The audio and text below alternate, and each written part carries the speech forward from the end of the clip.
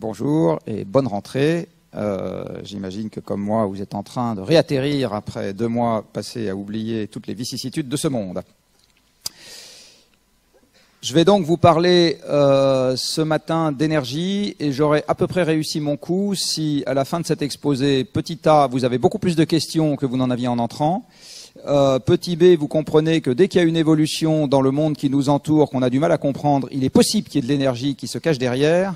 Et petit C, si j'ai réussi à faire dévier la carrière de l'un d'entre vous, au moins de l'un d'entre vous, de ce que vous avez initialement en tête. Alors, comme vous l'avez compris, je suis un expert mondialement connu, mais je vais quand même appeler à ma rescousse pour le début de cet exposé quelqu'un qui est beaucoup plus connu que moi. Donc je vous présente le premier professeur de France. Premier professeur de France, comme vous le savez, officie une fois par mois à 20h30, donc c'est une heure où normalement vous avez plus cours. Et le premier professeur de France pose des questions qui, après la dont la réponse devient connue de quelques millions de Français. Il pose une question, puis après il y a quelques millions de Français qui connaissent la réponse. Moi, j'en suis malheureusement pas encore là. Mais on va imaginer qu'il pose la question qu'il n'a jamais posée de mémoire dans son émission et de manière ouverte, qui est, d'après vous, de quoi parle-t-on quand on parle d'énergie? Qu'est-ce que c'est que l'énergie? Alors imaginez que le Parisien fasse un sondage et demande aux Français qu'est-ce que c'est que l'énergie. Eh bien, je vous fiche mon billet et je suis prêt à parier toutes mes économies plus les vôtres que la première réponse qui va venir à l'esprit des Français, c'est ça. L'énergie, c'est une facture. C'est un truc que je paye. Ça s'appelle l'électricité. Si le président d'EDF envisage du reste d'augmenter le prix de l'électricité, il saute dans la demi-heure. Ça s'appelle du pétrole, éventuellement, encore. Ça s'appelle du gaz. Donc ça s'appelle un truc que je paye.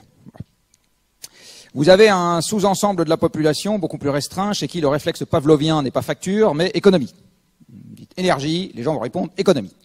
Quoi, quand, comment, pourquoi devient un débat parfois plus complexe, mais en gros, le premier truc qui leur vient à l'esprit, c'est qu'il faut l'économiser. Et puis vous avez des poètes qui vont vous dire, voilà ce que c'est que l'énergie, donc si vous n'avez pas trop fait la fête hier soir, voilà la définition que vous pourriez me donner de l'énergie. Un matin où vous êtes en forme, c'est ce dont vous êtes rempli, c'est ça l'énergie. Eh bien figurez-vous que les 2 premiers ont tort et que le poète a raison. Puisque si vous vous rappelez un tout petit peu de vos vieux souvenirs de physique, qui normalement vous ont servi à quelque chose pour venir jusqu'ici, eh bien, vous vous rappellerez que l'énergie, c'est par définition ce qui caractérise le changement du monde. Donc, c'est aussi par définition ce qui organise le monde. Donc, le poète a raison. Quand vous êtes plein d'énergie, vous avez une capacité à tout transformer. Les 2 autres ont tort. Accessoirement, on le paye. Et accessoirement, il faut éventuellement l'économiser dans certaines circonstances. On va donc revenir à 2 choses. Je ne vais pas m'éloigner beaucoup durant cet exposé, parce que j'ai oublié les maths compliquées que je faisais à votre époque. Donc je vais revenir à 2 choses extrêmement simples, qui sont la première loi de la thermo et la règle de 3. Et vous allez voir que je vais à peu près tout faire pendant cet exposé avec la première loi de la thermo et la règle de 3. Donc l'énergie, même si elle n'a pas de définition formelle, ou plus exactement, même si un certain nombre de physiciens lui donnent des définitions un peu différentes, en gros, ma définition à moi, c'est que l'énergie, c'est la grandeur qu'on utilise pour caractériser le changement d'état d'un système.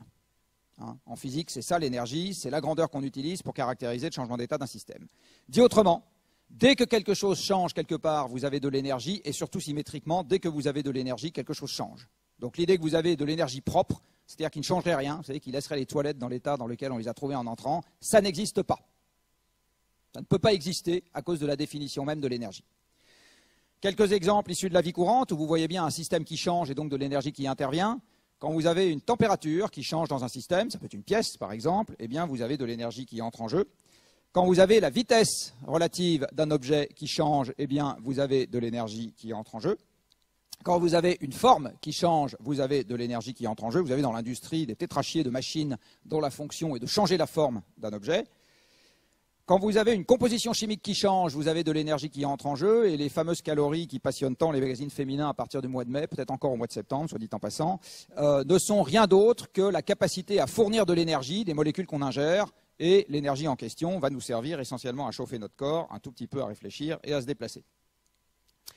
Quand vous avez un corps qui interagit avec un champ, vous avez de l'énergie qui entre en jeu. Donc, quand je vais monter les marches de l'escalier là pour sortir de cet amphi, parce que j'espère que je serai encore vivant à la fin de cette conférence, eh bien, ma masse va interagir avec le champ gravitationnel et ça va me demander de l'énergie. Et symétriquement, si je me casse la figure, je restitue de l'énergie en arrivant en bas. Ça marche aussi évidemment avec les électrons et les champs magnétiques. Quand vous avez une composition atomique qui change, vous avez de l'énergie qui entre en jeu et incidemment, absolument toutes les énergies que nous utilisons sur Terre sont des dérivés directs ou indirects de l'énergie nucléaire. Absolument toutes. Et enfin, quand vous avez de l'interaction matière-rayonnement, vous avez aussi de l'énergie qui entre en jeu. Donc ça, c'est la version très sympathique à laquelle vous n'avez pas manqué de sacrifier pendant les 2 mois qui viennent de s'écouler. Vous avez une version plus quotidienne qui est l'utilisation du four à micro-ondes, dans lequel il ne faut pas mettre les chats, je vous rappelle, ou la découpe des tissus au laser, c'est également de l'interaction matière-rayonnement. Bref, vous en avez un certain nombre. Donc je le répète, compter l'énergie, c'est compter la transformation c'est compter l'énergie. Je le répète, il n'y a pas d'énergie propre. Il n'y a pas non plus d'énergie sale. Tout est une affaire d'ordre de grandeur et de caractéristiques. Vous ne sortez jamais d'un débat sur l'énergie sans avoir manipulé des chiffres. Un débat sur l'énergie dans lequel on n'a pas manipulé de chiffres est un débat qui ne vaut rien.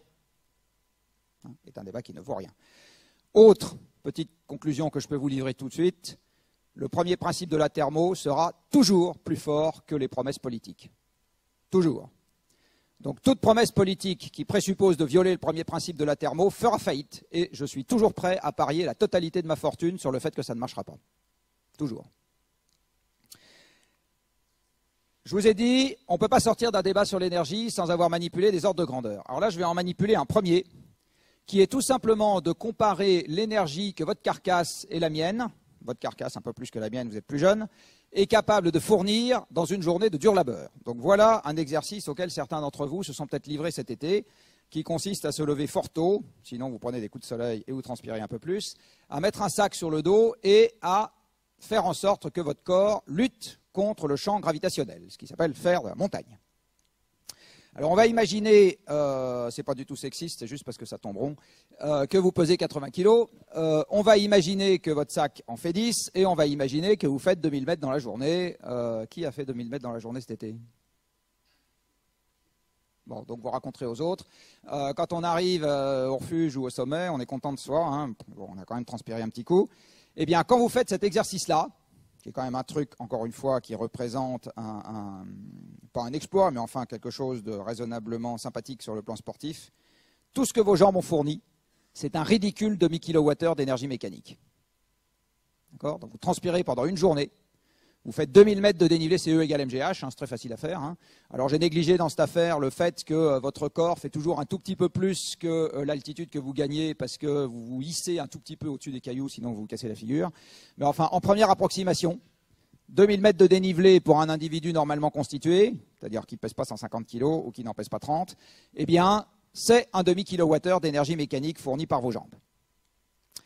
Imaginez que vous fassiez ça un jour sur deux, tous les jours que Dieu fait, ce qui revient à dire que vous faites une grosse étape du GR20 tous les jours de l'année, du 1er janvier au 31 décembre. Eh bien, à la fin de l'année, votre carcasse aura fourni de l'ordre de 100 kWh d'énergie mécanique. D'accord ? 100 kWh d'énergie mécanique. Imaginons maintenant que vous n'allez pas faire de la montagne, vous faites plaisir à votre vieille grand-mère qui a besoin de planter des géraniums et vous faites un gros trou dans lequel vous décaissez 6 mètres cubes de terre. 6 mètres cubes de terre, ça fait à peu près 15 tonnes. Hein. Toujours pareil, E égale MGH, vous remontez 15 tonnes de terre de 1 mètre de hauteur, vous faites le calcul comme moi, ça fait 0,05 kWh d'énergie mécanique restituée, même si vous avez les bras de Schwarzenegger. Si vous faites ça un jour sur deux, 10 kWh d'énergie mécanique dans l'année. Donc retenez qu'un homme au travail ou une femme au travail, utilisant ses seuls muscles, l'ordre de grandeur de l'énergie, c'est-à-dire de la transformation de l'environnement qu'il va pouvoir fournir, se balade quelque part entre quelques dizaines et une grosse centaine de kilowattheures. Maintenant, je vais prendre un litre de pétrole. Un litre de pétrole, comme vous le savez, coûte scandaleusement cher. Du reste, moins ça coûte cher, mieux on se porte. Et dans un litre de pétrole, si vous le faites brûler en totalité, vous avez 10 kWh de chaleur. Faites passer ça dans un moteur conçu par un ingénieur à peu près normalement constitué et vous en tirerez 2 à 4 kWh. De toute façon, Carnot dit que vous n'allez pas en tirer 10 kWh de mouvement. Vous en tirez 2 à 4 kWh de mouvement, d'énergie mécanique. C'est-à-dire que dans un seul litre de pétrole, dont un Français consomme 1400 litres par an, en plus de toutes les autres énergies, vous avez la même capacité à transformer l'environnement que dans 10 à 100 jours de travail de force d'un être humain. Dans un litre de pétrole. Un seul. Si je traduis ça en termes économiques, vous savez que normalement, on n'est pas censé payer les gens moins que le SMIC dans notre pays. Si vous le faites, ne le dites à personne. Si je paye mon individu au SMIC et que tout ce qui m'intéresse, c'est d'obtenir de la transformation de l'environnement, je ne veux pas le faire réfléchir, je veux juste le faire bosser, eh bien, à ce moment, je vais payer mon kilowattheure d'énergie mécanique de quelques centaines à quelques milliers d'euros. Quelques centaines à quelques milliers d'euros. En face de ça, la machine me fournit le même service à 1,50 € le litre de pétrole pour quelques dizaines de centimes en coût marginal. Je ne vais pas compter la machine dans cette histoire, mais en coût marginal, quelques dizaines de centimes. Dit autrement, pétrole, gaz, charbon et leurs petits copains ont aujourd'hui permis de transformer l'environnement pour un coût unitaire qui est de quelques centaines à quelques milliers de fois inférieur à ce que l'homme est capable de faire. La totalité de ce qui fait votre univers aujourd'hui vient de là. Je dis bien la totalité. Le fait que vous ayez du temps pour faire vos études, que vous ayez les moyens de prendre l'avion, que vous ayez 20 mètres carrés habitables par personne, que vous ayez des vêtements à profusion, que vous mangiez de la viande à tous les repas, que vous viviez 70 ans, etc., et loin de vos parents, tout ça vient de l'énergie. Tout. Toutes les revendications du MEDEF et de la CGT et les promesses électorales en viennent. Tout. Et c'est ce que je vais essayer de vous expliquer maintenant. Avant, je vais faire un petit détour parfaitement immoral qui consiste à regarder ce que ça coûte avec un esclave. Alors évidemment, un esclave, vous savez, normalement c'est interdit dans notre pays, mais enfin, on va quand même se livrer à l'exercice. Esclave, comme vous le savez, sauf dans quelques clubs sadomaso, ce n'est pas une vocation de jeunesse. En général, les gens ne sont pas d'accord pour être esclaves. Donc quand vous avez besoin d'un esclave, il faut aller le chercher contre sa volonté, ce qui va vous coûter un peu d'argent, ou il faut payer quelqu'un qui va le faire, ce qui va vous coûter éventuellement encore plus d'argent puisqu'il y a sa marge. Puis une fois qu'il est esclave, il va falloir l'empêcher de foutre le camp, parce qu'encore une fois, ce n'est pas une vocation, donc il n'a pas très envie. Et puis il va quand même falloir le nourrir, etc., pour éviter qu'il meure, parce que sinon vous perdez votre actif. Eh bien, si vous faites ce calcul, parfaitement sordide, j'en conviens, mais si vous le faites quand même, vous vous rendez compte que même un esclave va vous coûter 10 à 100 fois plus cher que la machine. Donc une des conclusions que je vous propose dès à présent, c'est que l'esclavagisme n'a pas disparu dans notre monde, parce que Rousseau avait raison. Je ne pense pas que le code génétique des hommes soit fondamentalement différent de ce qu'il était il y a 8 générations. Je pense que l'esclavagisme a disparu parce que ça n'a strictement aucun intérêt de s'emmerder à payer plus cher pour faire des choses qui ne sont pas commodes, encore une fois, les capturer des gens, les empêcher de foutre le camp, etc. Alors que la machine qui ne se met pas en grève, qui travaille toute la nuit et qui ne rouspète pas, vous fait le même job pour 10 à 100 fois moins cher. C'est le pétrole qui a supprimé l'esclavagisme. Ce n'est pas notre code génétique qui a changé. Parlons un peu puissance, donc.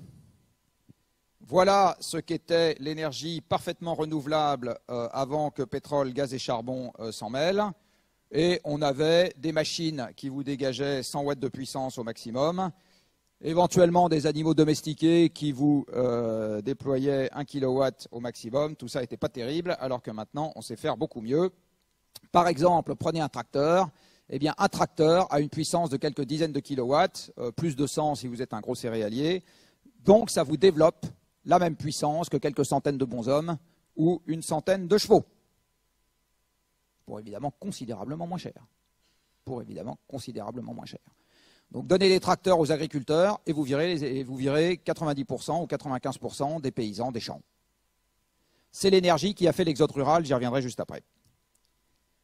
Un engin de chantier, que certains d'entre vous utiliseront peut-être de manière indirecte dans quelques années, eh bien, ça vous développe une puissance d'une centaine de kilowatts, c'est-à-dire que ça vous remplace, selon que vous utilisez des jambes ou des bras, 1000 à 10 000 personnes. Si aujourd'hui on devait construire une tour à la Défense avec les techniques constructives des pyramides, c'est-à-dire les pierres extraites à la main des carrières, transportées sur des barges, montées à la main par des poulies, assemblées à la main, etc., la tour à la Défense, elle ne prendrait pas 6 mois, elle est construite 50 ans. Elle prendrait. Et ça ne serait pas le même prix. Un camion développe quelques milliers de fois la puissance des jambes de son conducteur. Donc là, c'est pareil, ce n'est pas les camionneurs qui transportent, c'est les camions qui transportent. Le camionneur, il joue à un jeu vidéo. Il a un gros joystick qui s'appelle un volant, et puis il a des petits joysticks qui s'appellent le changement de vitesse, le GPS, le machin, le truc et le bidule, et il donne des ordres à la machine. Et c'est la machine qui bosse. Un avion développe la même puissance qu'1 million de fois les jambes de son pilote, et du reste, la puissance d'un jet de ligne est à peu près la même que celle d'un laminoir industriel qui, lui, martèle comme 10 millions de paires de bras. Donc dit autrement, si les laminoirs n'existaient pas dans ce pays, eh bien, pour produire la même quantité d'acier laminé, on ne vous ferait pas faire des études, on prendrait toute l'île de France, on lui donnerait un marteau et on la ferait marteler sur des tôles, 10 millions de personnes, et ça vous laminerait la même quantité d'acier qu'un laminoir industriel piloté par une personne. Une. Dans une cabine de pilotage d'un laminoir, vous avez une personne. Donc, aujourd'hui, ceux qui bossent, c'est plus nous, c'est les machines. Nous, on est juste là pour donner des ordres aux machines. Et ça explique, soit dit en passant, quelque chose que je vous montrerai un peu plus tard, qui est pourquoi l'emploi dépend non pas de je sais pas quoi et du plan politique du moment. L'emploi ne dépend que d'une seule chose, désormais, c'est du nombre de machines qui peuvent fonctionner. Un emploi, c'est un serviteur de machines. Moins d'énergie, moins de machines, moins d'emploi. Ça marche très très bien. Et partout. Avant d'y venir, regardons un peu le passé. Vous avez ici la quantité d'énergie qui est mobilisée par terrien et par an. Alors je dis mobilisée et pas consommée, c'est à dessein. Parce que, sauf erreur de ma part, vous ne buvez pas le pétrole, vous ne mangez pas le charbon, vous ne respirez pas le gaz et vous ne mettez pas vos doigts dans la prise électrique. Je vous déconseille formellement le dernier. Donc l'énergie, vous ne la consommez pas vous. L'énergie, vous la mobilisez pour la donner à manger à des machines. D'accord ? Donc quand on dit que les hommes consomment de l'énergie, c'est un terme impropre. On devrait dire les hommes mobilisent de l'énergie. Donc cette énergie mobilisée par terrien, ou disponible par terrien, on va dire, voici comment elle a évolué sur un siècle et demi. Donc, vous voyez, il y a un siècle et demi, on avait à peu près 1500 kWh par personne à notre disposition sur une année. Cette énergie était constituée à peu près à parité de bois et de charbon, et on la donnait essentiellement à manger à des machines qui produisaient de la chaleur, c'est-à-dire des poêles domestiques, et un peu à des machines qui produisaient du mouvement, des pompes pour assécher les mines, des paquebots, des trains, même des voitures, on a même essayé de faire voler un avion avec une machine à vapeur, etc.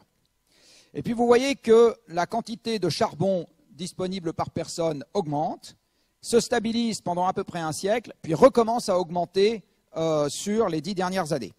Retenez bien ceci, la quantité de charbon utilisée par personne n'a jamais décru depuis que nous utilisons du charbon. Et la quantité de charbon utilisée dans le monde n'a jamais décru depuis que nous utilisons du charbon. Quand j'étais jeune, on entendait, je ne sais pas si on l'entendait encore maintenant, que le charbon était une énergie du passé ou je ne sais pas quoi. C'est absolument pas une énergie du passé. En fait, c'est bien une énergie du présent.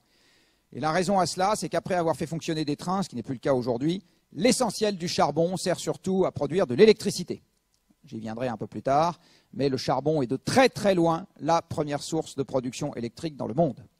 Et non seulement c'est la première, mais c'est celle qui croît le plus vite, nonobstant tout ce que les journaux peuvent vous raconter sur les éoliennes et les panneaux solaires.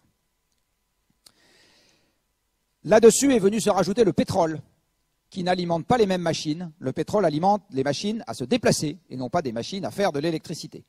Le pétrole est l'énergie reine des transports. 98% de ce qui roule, vole ou navigue utilise du pétrole dans le monde. Du pétrole, des échanges, pas de pétrole, pas d'échange. C'est très simple. Du pétrole, des échanges, pas de pétrole, pas d'échange.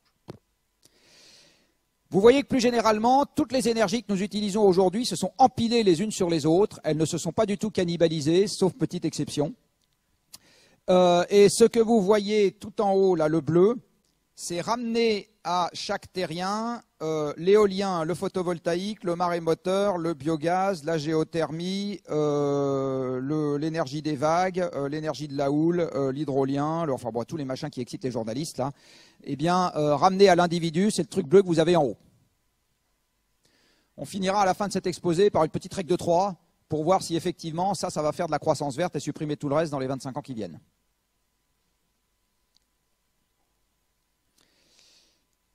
Je vous rappelle que si ça ne passe pas la règle de 3, ça fait faillite. Un point absolument essentiel à noter sur ce graphique, c'est que vous voyez que pendant un siècle, la quantité d'énergie disponible par personne, donc plus exactement pour le parc de machines par personne, augmente de 2,5% par an. C'est de très très loin le premier terme d'augmentation de la productivité du travail sur cette période. Plus j'ai d'énergie, plus je peux faire fonctionner de machines, plus la production est élevée. Ramené à l'individu, la production augmente. Donc sur toute cette période, le premier terme d'augmentation de la productivité, ce n'est pas du tout le génie des ingénieurs ou des économistes, enfin ou plus exactement, c'est le génie d'une seule catégorie d'ingénieurs, c'est ceux qui arrivent à faire en sorte qu'on aille taper de plus en plus vite dans les stocks existants d'énergie. Tout le reste suit. Et vous voyez que depuis les chocs pétroliers, on a perdu un ordre de grandeur dans le rythme de croissance, et dans les pays de l'OCDE, on a perdu tous les ordres de grandeur, puisque la consommation d'énergie par personne, excusez-moi, j'ai utilisé le mot qui n'allait pas, l'énergie utilisée par personne est restée stable. De quand date l'endettement des États, de quand date la baisse de la productivité du travail, de quand date la désindustrialisation, de quand date l'arrêt de la croissance à 5% par an, etc., des chocs pétroliers. Pas parce que le prix du pétrole est monté puis redescendu, je vous montrerai après que ça n'a strictement aucune espèce d'importance. Parce que le rythme, en ce qui concerne l'approvisionnement énergétique par personne, a complètement changé. Et tous les ans, on pense que l'année prochaine, ça reviendra. Et ce que je vais vous montrer un peu plus tard, c'est que ça ne reviendra plus. Il n'en reste pas moins qu'aujourd'hui, et si vous observez attentivement ce graphique, vous voyez que là, ça se tasse un peu sur les 2 dernières années. Pour ceux d'entre vous qui lisent un peu la presse économique, vous entendez peut-être parler en ce moment du ralentissement de l'économie mondiale, etc. N'allez pas le chercher ailleurs, il est là. Il est là. Il n'en reste pas moins que nous avons, grâce à l'énergie, atteint ce qu'on peut appeler un niveau de vie qui est sans précédent dans l'histoire humaine et qui fait, ce que je vais dire est politiquement évidemment abominable, que le smicard français vit aujourd'hui comme un nabab. Je dis bien comme un nabab. Il ne s'en rend pas compte, il pense que c'est dégueulasse qu'il y en ait qui vivent encore mieux que lui, mais il vit comme un nabab. Si je traduis l'énergie disponible par terrien en équivalent esclave, je prends un bonhomme, 10 à 100 kWh par an, on consomme 20 000 kWh d'énergie par an, donc ça me fait fonctionner autant de machines que si j'avais, etc. Eh bien, les êtres humains sur cette planète vivent désormais comme s'il existait une exoplanète peuplée de 1400 milliards de bonshommes, pédalant toute la journée et leur envoyant l'énergie correspondante.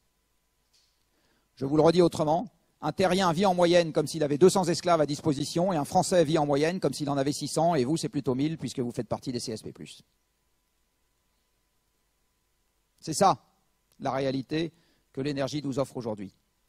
Nous vivons tous comme si nous avons une armée, je dis bien une armée d'esclaves à disposition. Ce qui, soit dit en passant, était aussi le cas des citoyens libres athéniens et romains, puisque comme vous le savez, les citoyens libres étaient une petite poignée entourés d'une armée d'esclaves et de paysans qui n'étaient pas du tout libres et qui trimaient comme des bêtes. Moyennant quoi, les citoyens libres, nourris et logés et vêtus par tous ces braves gens, avaient le temps de discuter des affaires de la cité. Et on en est exactement au même point aujourd'hui. On en est exactement au même point aujourd'hui. Donc je le redis, le smicard français vit comme un nabab. Il a 40 mètres carrés d'espace habitable, chauffé et refroidi. Même un noble du Moyen-Âge n'avait pas ça, c'est-à-dire qu'il avait éventuellement un bout de château qui était chauffé, mais pour le reste, il se pelait. Il a 75 ans d'espérance de vie à la naissance. L'espérance de vie à la naissance en 1800 dans les villes, c'était 25 ans. Il a accès à l'éducation, il a accès au jeu du cirque dans son salon, ça s'appelle une télévision. Il a accès à l'orchestre philharmonique dans sa cuisine, ça s'appelle une radio.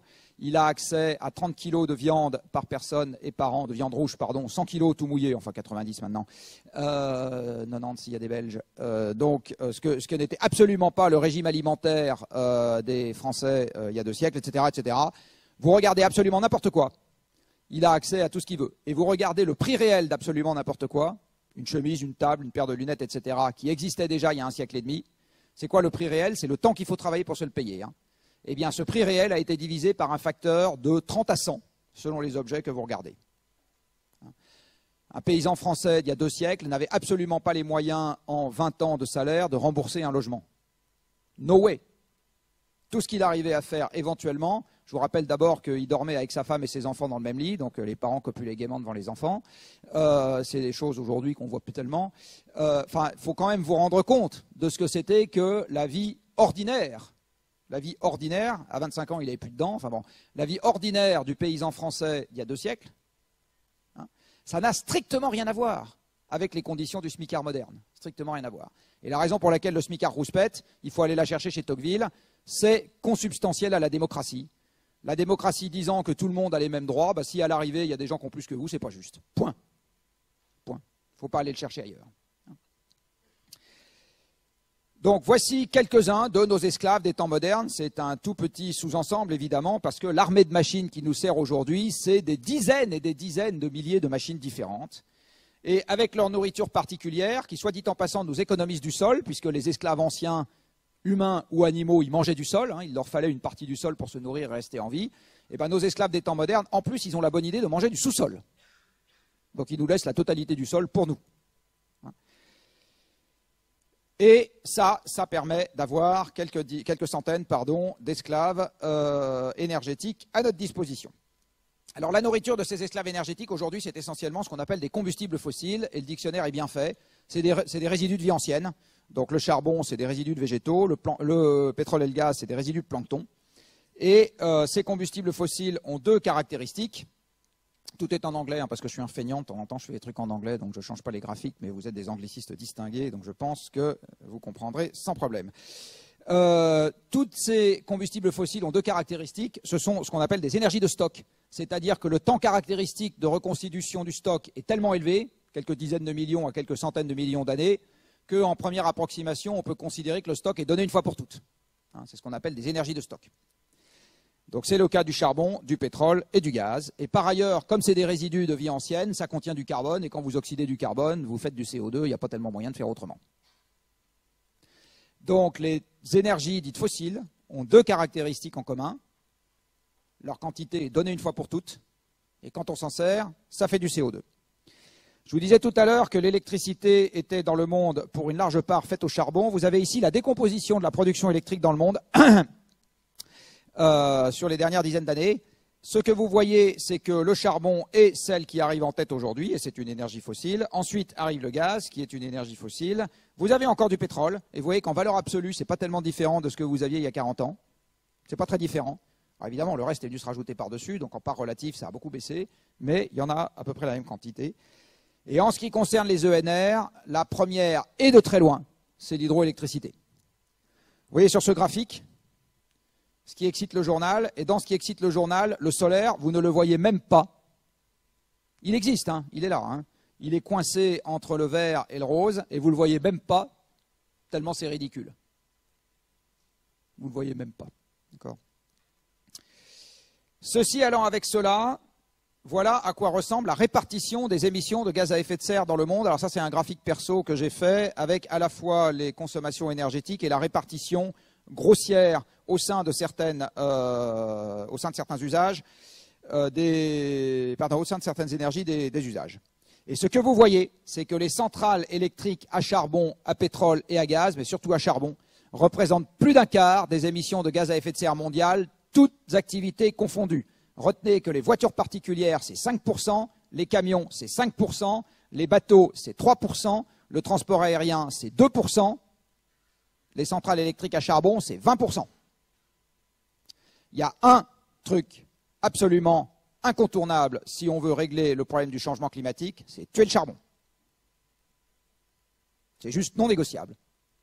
Si on veut les 2 degrés, il faut plus de centrales à charbon. Alors, j'aurai pas le temps pendant cet exposé, mais je peux vous dire que si on essaye d'y arriver juste avec des panneaux solaires et des éoliennes, on n'est pas rendu. Alors on fait du charbon. Vous allez dire, on fait aussi des éoliennes et on fait aussi quand même. Hein. Et puis par ailleurs, Internet a dématérialisé l'économie. Alors voici un petit graphique. Vous savez, un petit conseil pour votre carrière professionnelle. Quand vous vous posez une question et que vous voulez savoir si c'est vrai, allez chercher les séries statistiques et faites les calculs. En général, ça relève de la règle de 3 et vous en aurez le cœur net. Ne croyez jamais ce qu'il y a dans le journal sans être allé vérifier par vous-même.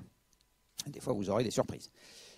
Ici, vous avez la quantité de CO2 qui correspond à l'utilisation d'une tonne équivalent pétrole. Alors la tonne équivalent pétrole est un truc qui normalement fait dresser les cheveux sur la tête de vos profs de physique parce que c'est absolument pas dans le système international. C'est une unité que les énergéticiens aiment bien parce que ça permet de caractériser les consommations des individus avec des petits nombres. La consommation d'énergie d'un Français en tonne équivalent pétrole, c'est 4. 4, c'est simple. C'est plus simple que si j'utilise des kilowattheures, j'en ai 60 000. Une tonne équivalent pétrole, enfin c'est 50 000 en domestique plutôt. Une tonne équivalent pétrole, c'est 11 600 kWh et en fait c'est le contenu énergétique libéré par la combustion d'une tonne de pétrole de qualité moyenne. Ouf. Donc on utilise souvent ce genre d'unité et évidemment quand c'est du pétrole, une tonne équivalent pétrole, c'est une tonne de pétrole, 1 égale 1, c'est quand même simple pour manipuler des équivalences. Donc ici vous avez la quantité de CO2 émise par tonne équivalent pétrole d'énergie utilisée dans le monde, toutes énergies confondues. Et bien, ce que vous voyez, c'est que sur un siècle et demi, cette quantité varie assez peu. L'ordre de grandeur reste toujours le même. On était à 2, on est monté à 3, on est redescendu à 2,5. Et ce que vous voyez surtout, c'est que depuis 2000, c'est-à-dire depuis le début de toutes les révolutions qui enchantent les journalistes et certains ingénieurs, eh bien, cette grandeur ne varie pas. Donc, est-ce que Internet a dématérialisé l'économie? So far, absolument pas. Vous voyez qu'on était à 2,5 tonnes de CO2 par tonne équivalent pétrole en 2000, c'est pas parce que Internet est apparu que tout d'un coup cette grandeur a varié. C'est toujours la même. Et depuis la révolution des énergies renouvelables, eh bien cette grandeur n'a pas varié non plus. Donc les deux grandes révolutions, le numérique et les énergies renouvelables qui ont commencé à se déployer depuis le début des années 2000, pour le moment n'ont pas eu le moindre effet sur la quantité de CO2 par tonne équivalent pétrole. Elles n'ont pas plus eu d'effet, je ne vous montre pas aujourd'hui, sur ce qu'on appelle l'efficacité énergétique de l'économie. C'est-à-dire que la quantité d'énergie qu'il faut utiliser pour faire 1 euro de PIB est strictement la même aujourd'hui qu'en 2000. Strictement la même. Toujours dans les idées reçues, vous avez ici l'augmentation de chacune des énergies qu'on utilise dans le monde entre 2000 et 2014. Donc je fais la différence entre la quantité qu'on utilise en 2014 et la quantité qu'on utilise en 2000, puis je regarde ce que ça vaut. 2014, on utilise 1500 millions, donc 1,5 milliard tonnes équivalent pétrole de charbon en plus dans le monde qu'en 2000. Puis toutes les autres barres se lisent de la même manière. Eh bien, ce que vous voyez sur ce graphique, c'est que sur la période 2000-2014, le charbon a augmenté 35 fois plus que le solaire et 10 fois plus que l'éolien. Donc ce qui s'est vraiment passé dans le monde sur cette période, ce n'est pas la révolution ENR, c'est le boom du charbon. C'est ça qui s'est vraiment passé dans le monde. À ce stade, retenez un certain nombre... à ce stade, je vais continuer sur la distinction entre deux termes qu'on trouve parfois dans le monde énergétique qui sont primaire et final. Je vous avais dit que je vous parlerais de la loi de conservation, la voici. Vous connaissez la loi de conservation, évidemment, normalement vous la connaissez mieux que moi. J'applique la loi de conservation à l'humanité. L'application de la loi de conservation de l'énergie à l'humanité vous dit ceci. L'homme ne peut rien faire d'autre que d'exploiter à son profit une source d'énergie qui existe déjà dans l'environnement. L'homme ne peut rien faire d'autre que d'exploiter à son profit une source d'énergie qui existe déjà dans l'environnement. La production d'énergie, terme que vous trouvez parfois dans les journaux, est un terme impropre. Vous ne savez pas produire de l'énergie, vous savez l'extraire et la transformer. Mais produire de l'énergie, ça n'existe pas. Nos conventions économiques font que toutes les énergies primaires sont gratuites. Le pétrole est gratuit, le charbon est gratuit, le vent est gratuit, le soleil est gratuit, le gaz est gratuit, l'uranium est gratuit. Toutes ces énergies existent dans l'environnement, je dis bien existent, sans que vous ayez à payer le moindre centime. Vous et moi n'avons jamais payé le moindre centime pour que le pétrole existe. Ce qu'il faut payer, c'est les gens qui vont le chercher et les gens qui sont assis dessus. Mais ça, ce n'est pas la formation du pétrole. Ça, c'est un problème de bons hommes. On aurait pu décider que le pétrole appartenait à tout le monde. Donc, les énergies primaires sont toutes gratuites par convention. Du coup, ce qu'on paye quand on paye de l'énergie, c'est uniquement des revenus humains qui correspondent soit à du travail, soit à des rentes pour extraire et transformer cette énergie. Dit autrement, le coût de l'énergie n'est que la contrepartie de la facilité à accéder et à transformer l'énergie. C'est ça, le coût de l'énergie. C'est la contrepartie de la facilité qu'on a à y accéder et à la transformer. De ce fait, plus une énergie est présente sous forme diffuse et non pilotable, plus il faut de travail pour la concentrer et la mettre à disposition, et plus ça vaudra cher. La quantité qu'il y en a dans l'environnement n'est pas le sujet. On s'en fout. Ce qui compte, c'est sa concentration. Le rayonnement à 3 Kelvin de l'univers représente une quantité considérable d'énergie, bien plus considérable que le rayonnement solaire qui arrive sur Terre, et bien plus considérable que les stocks de pétrole que nous avons sur Terre. Vous et moi n'en ferons jamais rien de toute notre vie. Donc ce qui va compter, c'est la nature de l'énergie, et en particulier son degré de concentration.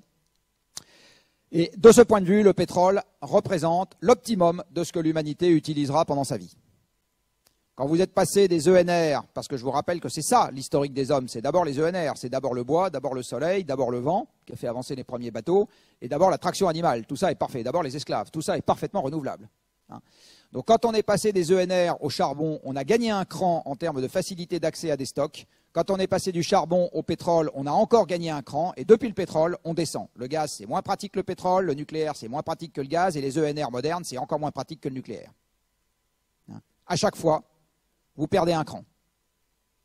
Et la traduction économique, c'est qu'à chaque fois, vous devez engager beaucoup plus de capitaux pour arriver au même résultat. C'est ça la traduction économique. Alors, la traduction un peu plus détaillée de ce que je viens de vous dire, elle est là. Donc, vous avez donc des sources d'énergie primaires dans l'environnement. C'est de l'énergie qui existe déjà, donc des trucs qui brûlent, des trucs qui tombent, etc., des champs. Les machines ne mangent pas d'énergie primaire, elles ne savent pas faire ça. Donc, ce qu'elles vont manger, c'est de l'énergie finale, des carburants raffinés, du gaz purifié, de l'électricité, etc.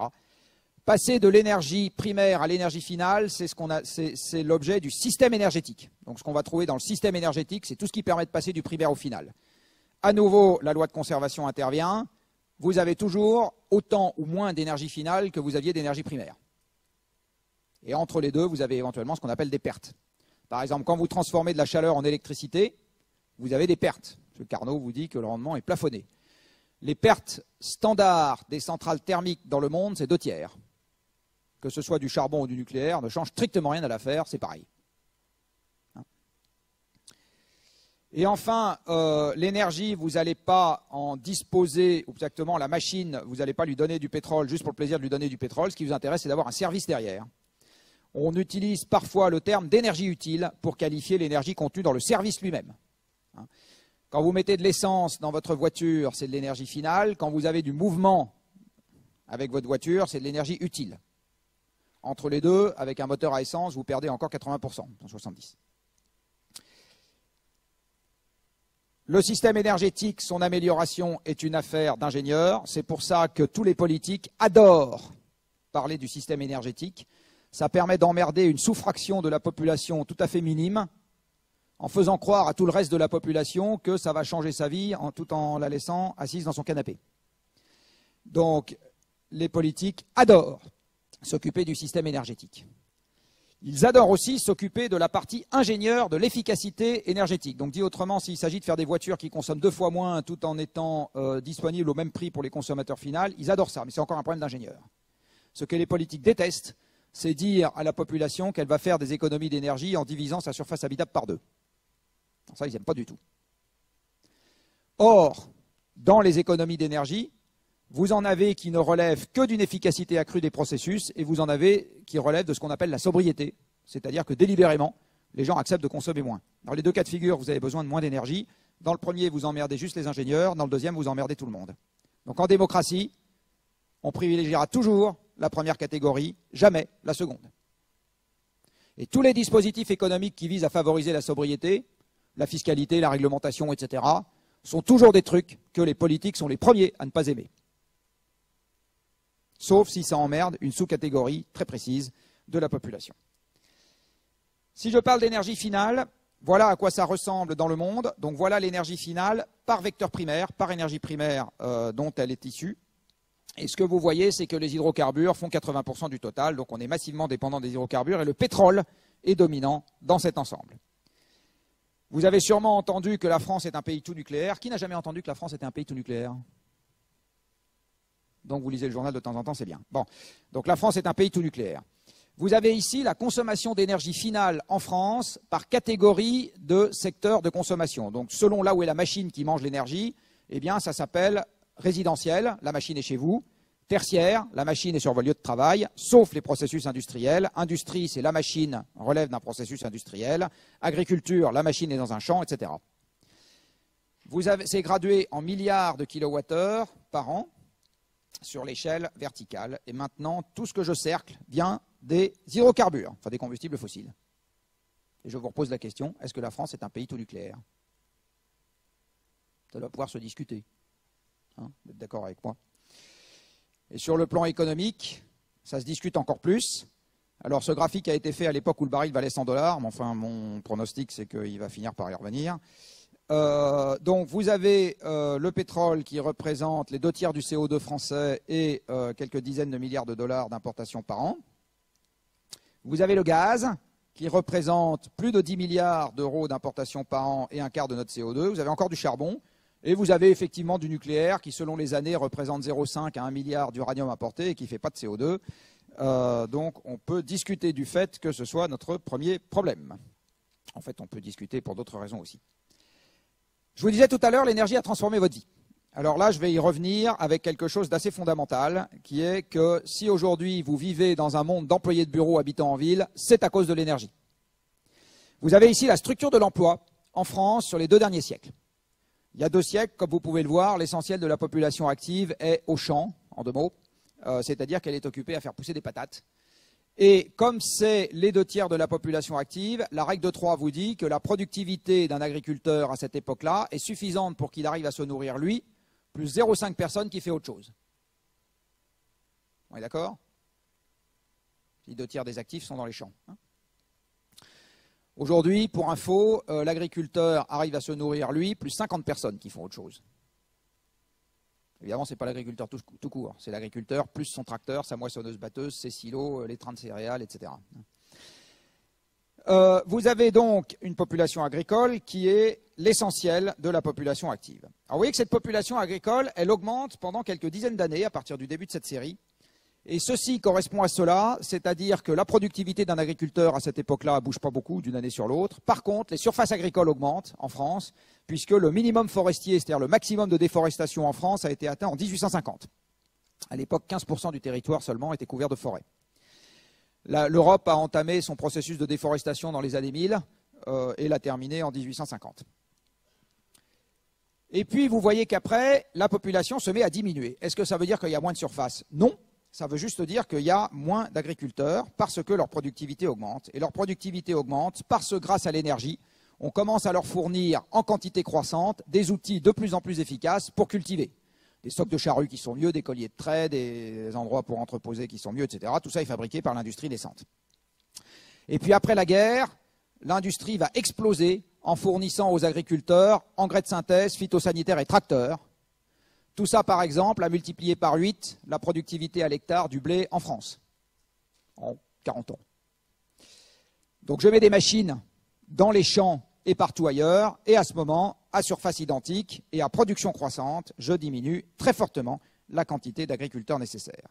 Mais vous voyez que dans le même temps, la population active dans les autres secteurs augmente. Pourquoi? Parce qu'avec l'énergie croissante, j'ai les moyens d'extraire en quantité croissante de la terre des minerais de toute nature, et d'en faire des objets de toute nature qu'il faut fabriquer et vendre, et accessoirement financer. C'est le début de l'industrie, c'est-à-dire c'est le début des machines, et comme je le disais tout à l'heure, une machine égale un emploi, puisqu'il faut piloter la machine, et donc j'ai de plus en plus de machines, et donc besoin de plus en plus de gens dans l'industrie.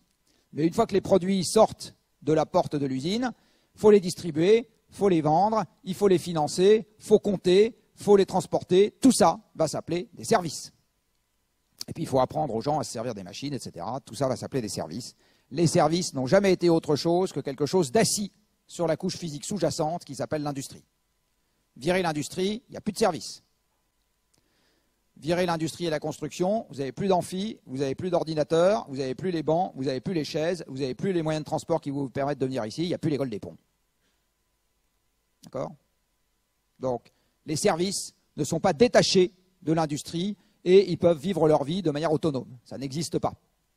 Les services, c'est une exploitation de la couche physique sous-jacente qui est dans l'industrie.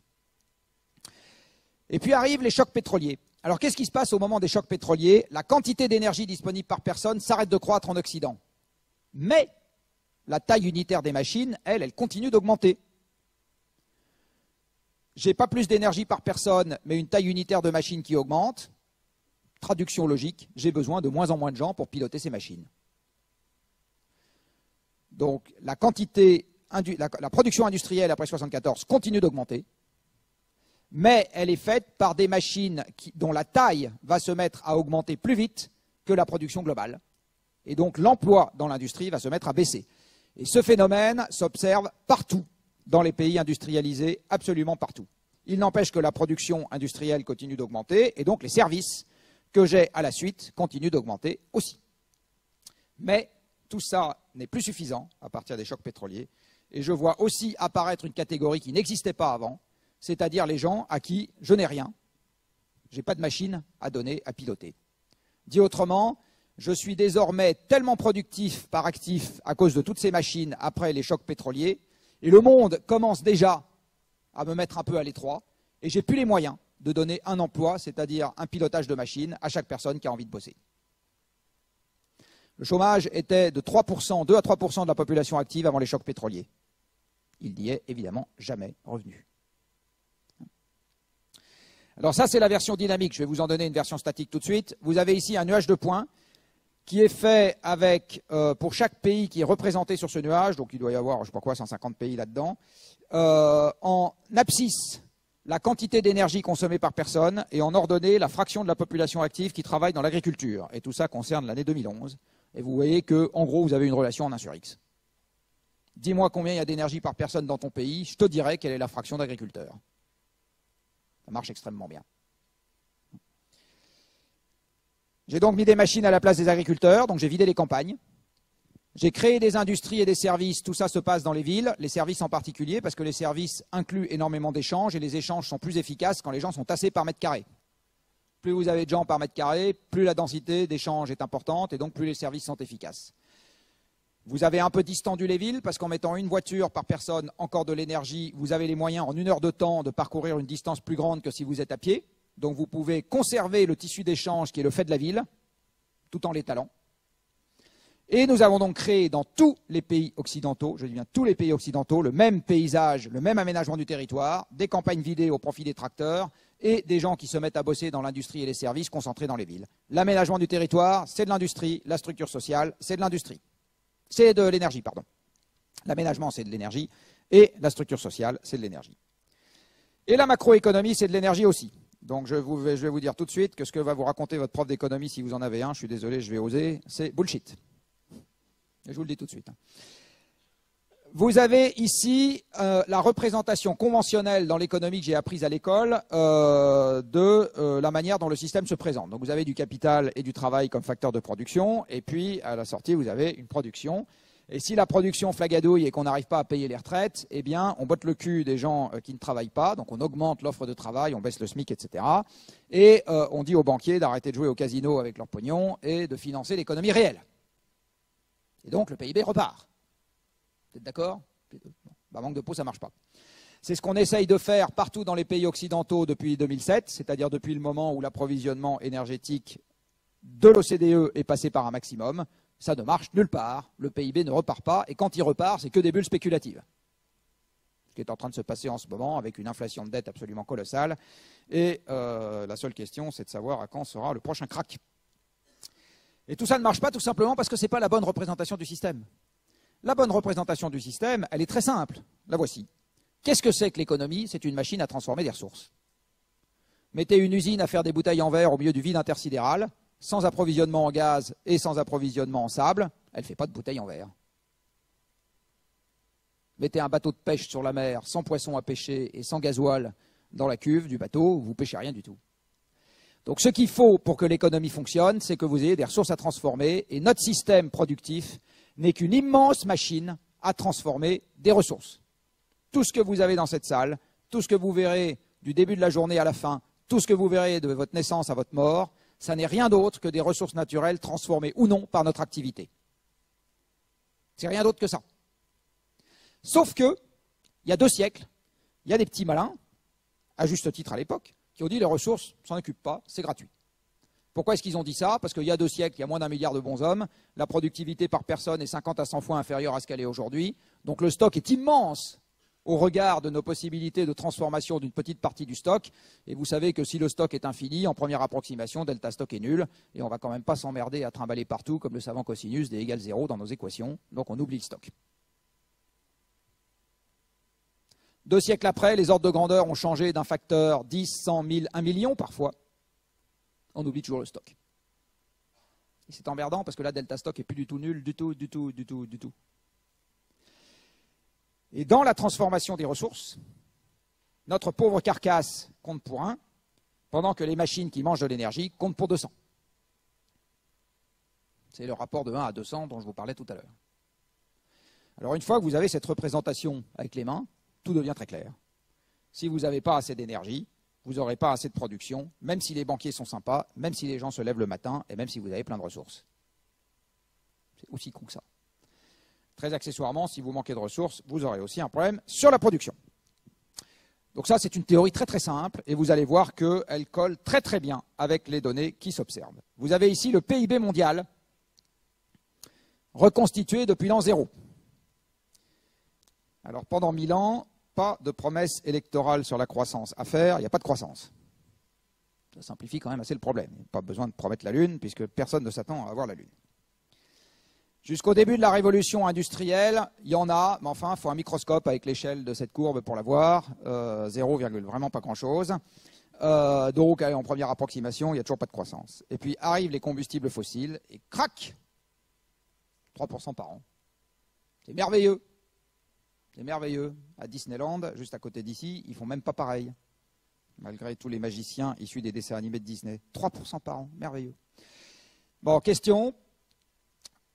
Qui d'entre vous est prêt à parier la totalité de ses économies sur le fait que ça va durer encore quelques dizaines d'années? Je suis étonné que les journalistes ne posent jamais cette question aux politiques quand ils les interviewent. Quand ils leur disent, vous savez, voilà ce que je vais obtenir. Le premier truc que je lui dirais, c'est est-ce que vous êtes prêt à parier votre pognon là-dessus? Bon. Il manque de malice. Vous voyez, donc début des combustibles fossiles, plus 3% par an. Alors ça marche de cette manière, mais ça marche d'une autre manière. Vous avez ici, depuis 1965, en vert, la variation de la quantité annuelle d'énergie consommée dans le monde, en bleu, la variation du PIB mondial. Donne-moi l'un, je te donne l'autre, et réciproquement. Alors vous voyez que de temps en temps, les deux s'écartent un tout petit peu, et c'est notamment le cas là. Et bien, si vous regardez attentivement cette courbe, les autres fois où ça s'est produit, en général, ça a précédé de pas beaucoup une plongée vers le bas. Parce qu'une des manières de faire du PIB dématérialisé, c'est-à-dire sans énergie, c'est de faire des bulles spéculatives. Quand le prix de l'immobilier double, ça vous augmente mécaniquement le PIB parce que ça vous augmente la production de crédit, ça vous augmente les commissions d'agence, ça vous augmente les impôts locaux au moment des transactions, ça vous augmente tout un tas de trucs comme ça. Vous n'avez pas 1 kWh d'énergie en plus qui soit mobilisé. Par contre, ça vous crée des bulles spéculatives et ça vous crée de la dette. Et ça, c'est des équilibres instables et à un moment, ça finit par dégonfler rapidement. C'est très exactement ce qui se constate depuis 2007. Depuis 2007, la dette fédérale des États-Unis a doublé quasiment. La dette publique anglaise a doublé. Enfin, je veux dire, tous les pays très fortement financiarisés ont vu leur dette exploser. Et sauf à inventer la dette perpétuelle, à un moment, il faudra bien dire qu'on ne la rembourse pas. Alors les Grecs, ils ont commencé à s'y coller. C'est 1% du PIB européen. Quand ça sera les suivants, ça fera un peu plus mal. Donc c'est des processus qui sont instables. Donc il y aura une correction vers le bas à un moment. C'est absolument évident pour moi. Et voilà le meilleur modèle macroéconomique du monde, qui s'appelle une droite. Vous voyez, j'ai mis en abscisse, je l'ai fait candidement. Hein. Ça, c'est un graphique que j'ai fait pour la première fois il y a 5 ans. Je ne m'attendais pas du tout à trouver ça. C'est-à-dire que j'ai vraiment candidement pris la quantité d'énergie consommée dans le monde depuis 65. En ordonnée, j'ai mis le PIB déflaté dans le monde depuis 2065 et je suis tombé là-dessus. Voilà. Donc le meilleur modèle macroéconomique dans le monde, ça s'appelle une droite. D'accord ? Donne-moi l'énergie, je te donnerai le PIB. Voilà donc ce que je vous raconte depuis 50 minutes. Je vais un peu accélérer maintenant, je suis désolé. On a des stocks de ressources naturelles de toute nature, dont des stocks de combustibles fossiles. Tout ça est gratuit. La totalité est gratuite. Je vous rappelle que par convention, toutes les ressources naturelles sont gratuites. Tout. Hein. Ça brûle et ça nous permet d'avoir les moteurs et la chimie, c'est-à-dire que ça accélère par transformation des autres ressources la totalité des biens transformés qu'on peut avoir à notre disposition. Là-dessus, on a bâti une structure sociale que chacun, quand il descend dans la rue, considère acquise pour l'éternité, qui est la structure actuelle des métiers, la croissance à gogo, les loisirs, les machins, etc. Tout ça, c'est de l'énergie. Et la contrepartie économique de ce truc-là s'appelle le PIB. Je vous rappelle que le PIB, c'est la transformation. Hein. Le PIB, c'est un empilement de ce qu'on appelle des valeurs ajoutées. Et une valeur ajoutée, vous avez ça chez un agent économique quand vous avez de la transformation entre ce qui rentre et ce qui sort. Hein. Ce qui sort normalement, si vous ne faites pas faillite, vaut plus cher que ce qui rentre. Et la différence entre les deux s'appelle la valeur ajoutée. Deux questions. La première dont vous a parlé Valérie Masson-Delmotte. Combien de temps est-ce qu'on peut jouer à ce petit jeu-là sans que le système climatique n'engendre une déstabilisation telle que ça perturbera le processus qui en est à l'origine? Dit autrement, nous. Donc ça contractera la taille de l'humanité, l'espérance de vie, etc. Question A. Question B, que je rajoute. Combien de temps est-ce qu'on peut jouer à ce petit jeu-là avec les stocks donnés une fois pour toutes qui sont à notre disposition?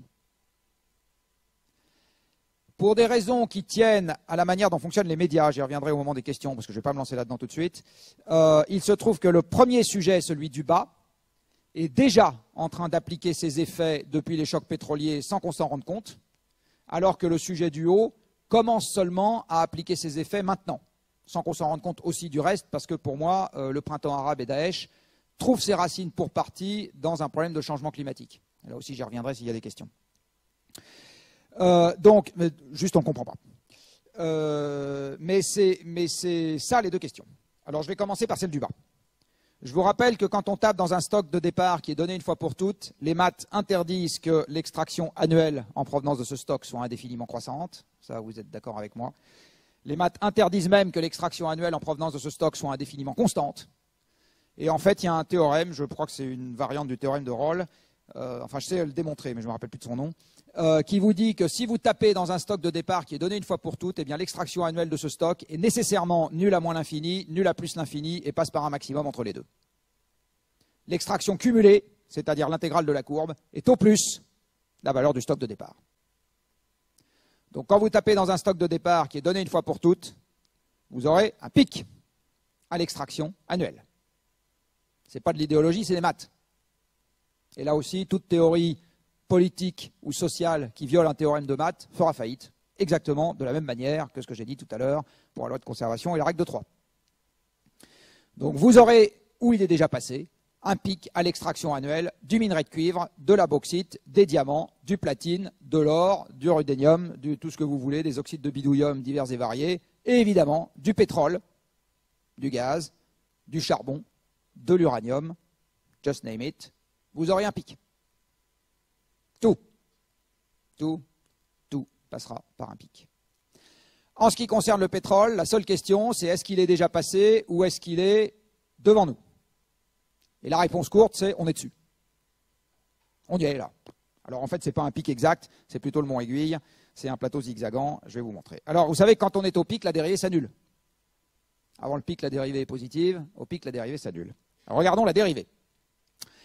Vous avez ici la dérivée en ce qui concerne l'extraction mondiale de pétrole, ou plus exactement la variation lissée sur 10 ans de l'extraction de pétrole dans le monde. À l'époque où nous disposions d'une technologie qui ferait honte aux gens qui sortent de cette école, eh bien, la croissance de la production mondiale de pétrole était de 15% par an. Puis sont venus des ingénieurs des ponts un peu plus qualifiés et la croissance est descendue à 10% par an. Puis sont venus des ingénieurs des ponts et du reste, allez, je vais être sympa, encore plus qualifiés et c'est descendu à 5. Puis sont venus des ingénieurs extrêmement qualifiés et l'aide de la réserve fédérale américaine et on n'est pas loin de zéro. À chaque fois, la nouvelle technologie n'a pas été un moyen de faire mieux, ça a été une réponse à la baisse. C'est comme ça que ça s'est passé. Ce n'est pas de gaieté de cœur que les pétroliers ont augmenté par un facteur 6 ou 5 leurs investissements sur les 8 dernières années dans l'amont pétrolier. C'est juste parce que c'est devenu nécessaire pour aller chercher du pétrole. S'ils pouvaient dépenser beaucoup moins, ils seraient très contents. Hein? Et dépenser beaucoup moins, ça veut dire en particulier qu'ils ne construiraient pas ces trucs compliqués. Il faut savoir que gaz et pétrole de roche-mère, ce qu'on appelle dans la presse gaz et pétrole de schiste, sont connus depuis 2 siècles. La première exploitation commerciale de gaz aux États-Unis, c'était du gaz de schiste, à Fredonia, sur la côte Est en 1826, si ma mémoire est bonne, ou 1824. Je confonds toujours avec la découverte de l'effet de serre. Mais en gros, c'est dans ces années-là. Donc, c'est quelque chose qui est très ancien. Et le gaz de schiste, c'est back to the future. C'est-à-dire que j'ai exploité un truc qui était beaucoup plus commode que les gaz et pétrole de roche-mère qui s'appelle les gisements conventionnels. Puis il y en a de moins en moins. Donc, je me mets à retaper dans des trucs que je connaissais, mais qui sont de moins bonne qualité. Hein, c'est ça, le processus des gaz et pétrole de schiste. Voilà à quoi ressemble la production mondiale de ce qu'on appelle les liquides. Je ne vais pas m'éterniser sur la définition, ce n'est pas juste du pétrole. Voilà où nous sommes. Donc, bon, on y est quoi. La question que tout le monde se pose, c'est combien ça va coûter? Ma réponse, c'est on s'en fout, ce n'est pas la question. D'abord, ce n'est pas la question parce que personne n'est capable de faire un pronostic. Vous avez ici, alors là aussi, un truc auquel je vous conseille de vous livrer toute votre carrière durant, c'est quand des gens font des pronostics depuis 20 ans, regardez sur les 20 dernières années comment est-ce que leurs pronostics des années successives se comparent à ce qui s'est vraiment passé. Et quand vous avez ce genre de trucs, arrêtez de les écouter. Donc en rouge, ce que vous avez, c'est ce qu'a vraiment donné le prix du baril de pétrole sur ce qu'on appelle les marchés, donc le prix du baril de pétrole, depuis 1985. Et tous les traits de couleur, c'est les pronostics qui ont été faits par l'Agence internationale de l'énergie sur la manière dont devait évoluer le prix du pétrole. Bon, bah moi, si j'ai un responsable marketing dans ma boîte qui me fait ce genre de prévision sur mes ventes ou sur les prix, je peux vous dire que je le fous à la porte tout de suite. Deuxième raison pour laquelle le prix, on s'en fout, c'est qu'il n'y a pas de lien entre le prix et les quantités. Ah, mais mon prof d'économie, non, il n'y a pas de lien entre les prix et les quantités. Il n'y a pas de lien entre le prix et la quantité. Vous avez toujours entendu, en économie, s'il y en a plus, c'est moins cher, et dire, ça marche. Des fois, et des fois, ça ne marche pas. Donc, ce n'est pas une loi. Vous savez qu'une loi n'est plus une loi si elle a au moins une exception.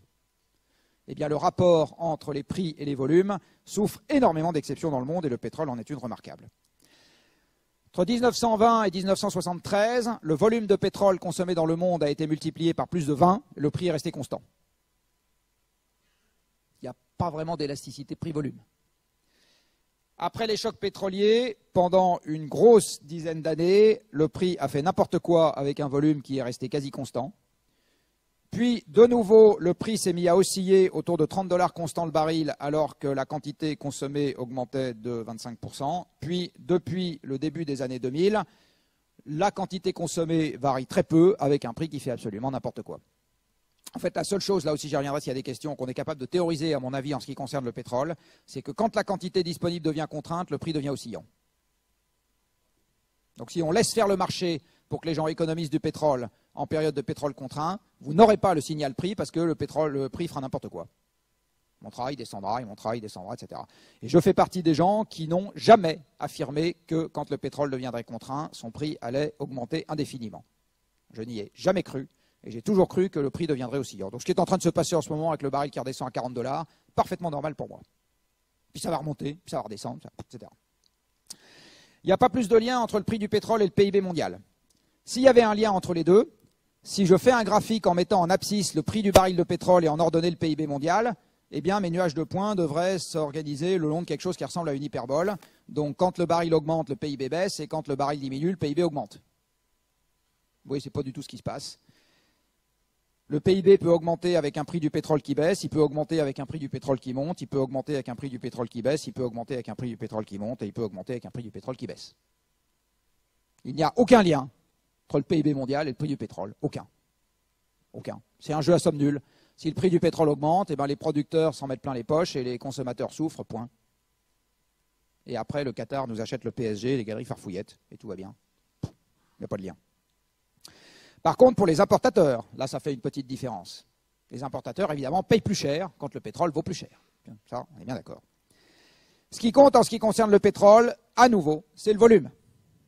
Vous avez ici un graphique qui vous donne depuis 1965, en fait c'est 1968 parce que c'est une moyenne glissante sur 3 ans, la variation de la production mondiale de pétrole, donc pas le prix, la production en rouge, et la variation du PIB par personne en bleu. Eh bien, ce que vous constatez, c'est que depuis les chocs pétroliers, c'est-à-dire depuis le moment où le pétrole est devenu contraint, les chocs pétroliers, c'est le moment où la production mondiale s'arrête de croître de 10% par an et passe à 1% par an de croissance. 2005, c'est le moment où elle passe de 1% par an de croissance à 0. 0. Depuis 2005, la production mondiale de pétrole n'augmente plus, nonobstant le miracle du pétrole de schiste américain. Donc ça veut dire que ça monte aux États-Unis, ça descend partout ailleurs. Eh bien, vous voyez que depuis cette époque-là, le PIB par personne évolue exactement comme la production en volume de pétrole, et non seulement il évolue comme elle, mais il évolue quand même avec retard. Vous voyez que le rouge précède le bleu dans ces courbes, ce qui est une manière de dire qu'on ne consomme pas plus de pétrole parce qu'il y a de la croissance, c'est parce qu'on a plus de pétrole qu'il y a de la croissance. Et on en revient à mon petit graphique de tout à l'heure. Et la raison à cela est très simple. Le pétrole, c'est les échanges. Les échanges sont indispensables à l'activité économique. Vous n'avez plus aujourd'hui un acteur économique qui assure la totalité des transformations et la commercialisation sans déplacement. Un acteur économique n'est que le maillon d'une vaste chaîne. Entre les maillons, il faut transporter. Moins de pétrole, moins de transport, moins de PIB. C'est recta. Parlons du pétrole dans la zone OCDE. Eh bien, vous voyez qu'il est passé par un maximum en 2006, 2 ans avant Lehman Brothers. 2 ans avant Lehman Brothers.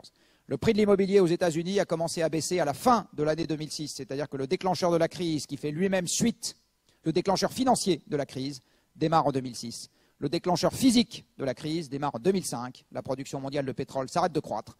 L'approvisionnement pétrolier des pays de l'OCDE commence à être contraint à la baisse. C'est particulièrement sensible en Europe. Vous avez ici l'approvisionnement européen en pétrole.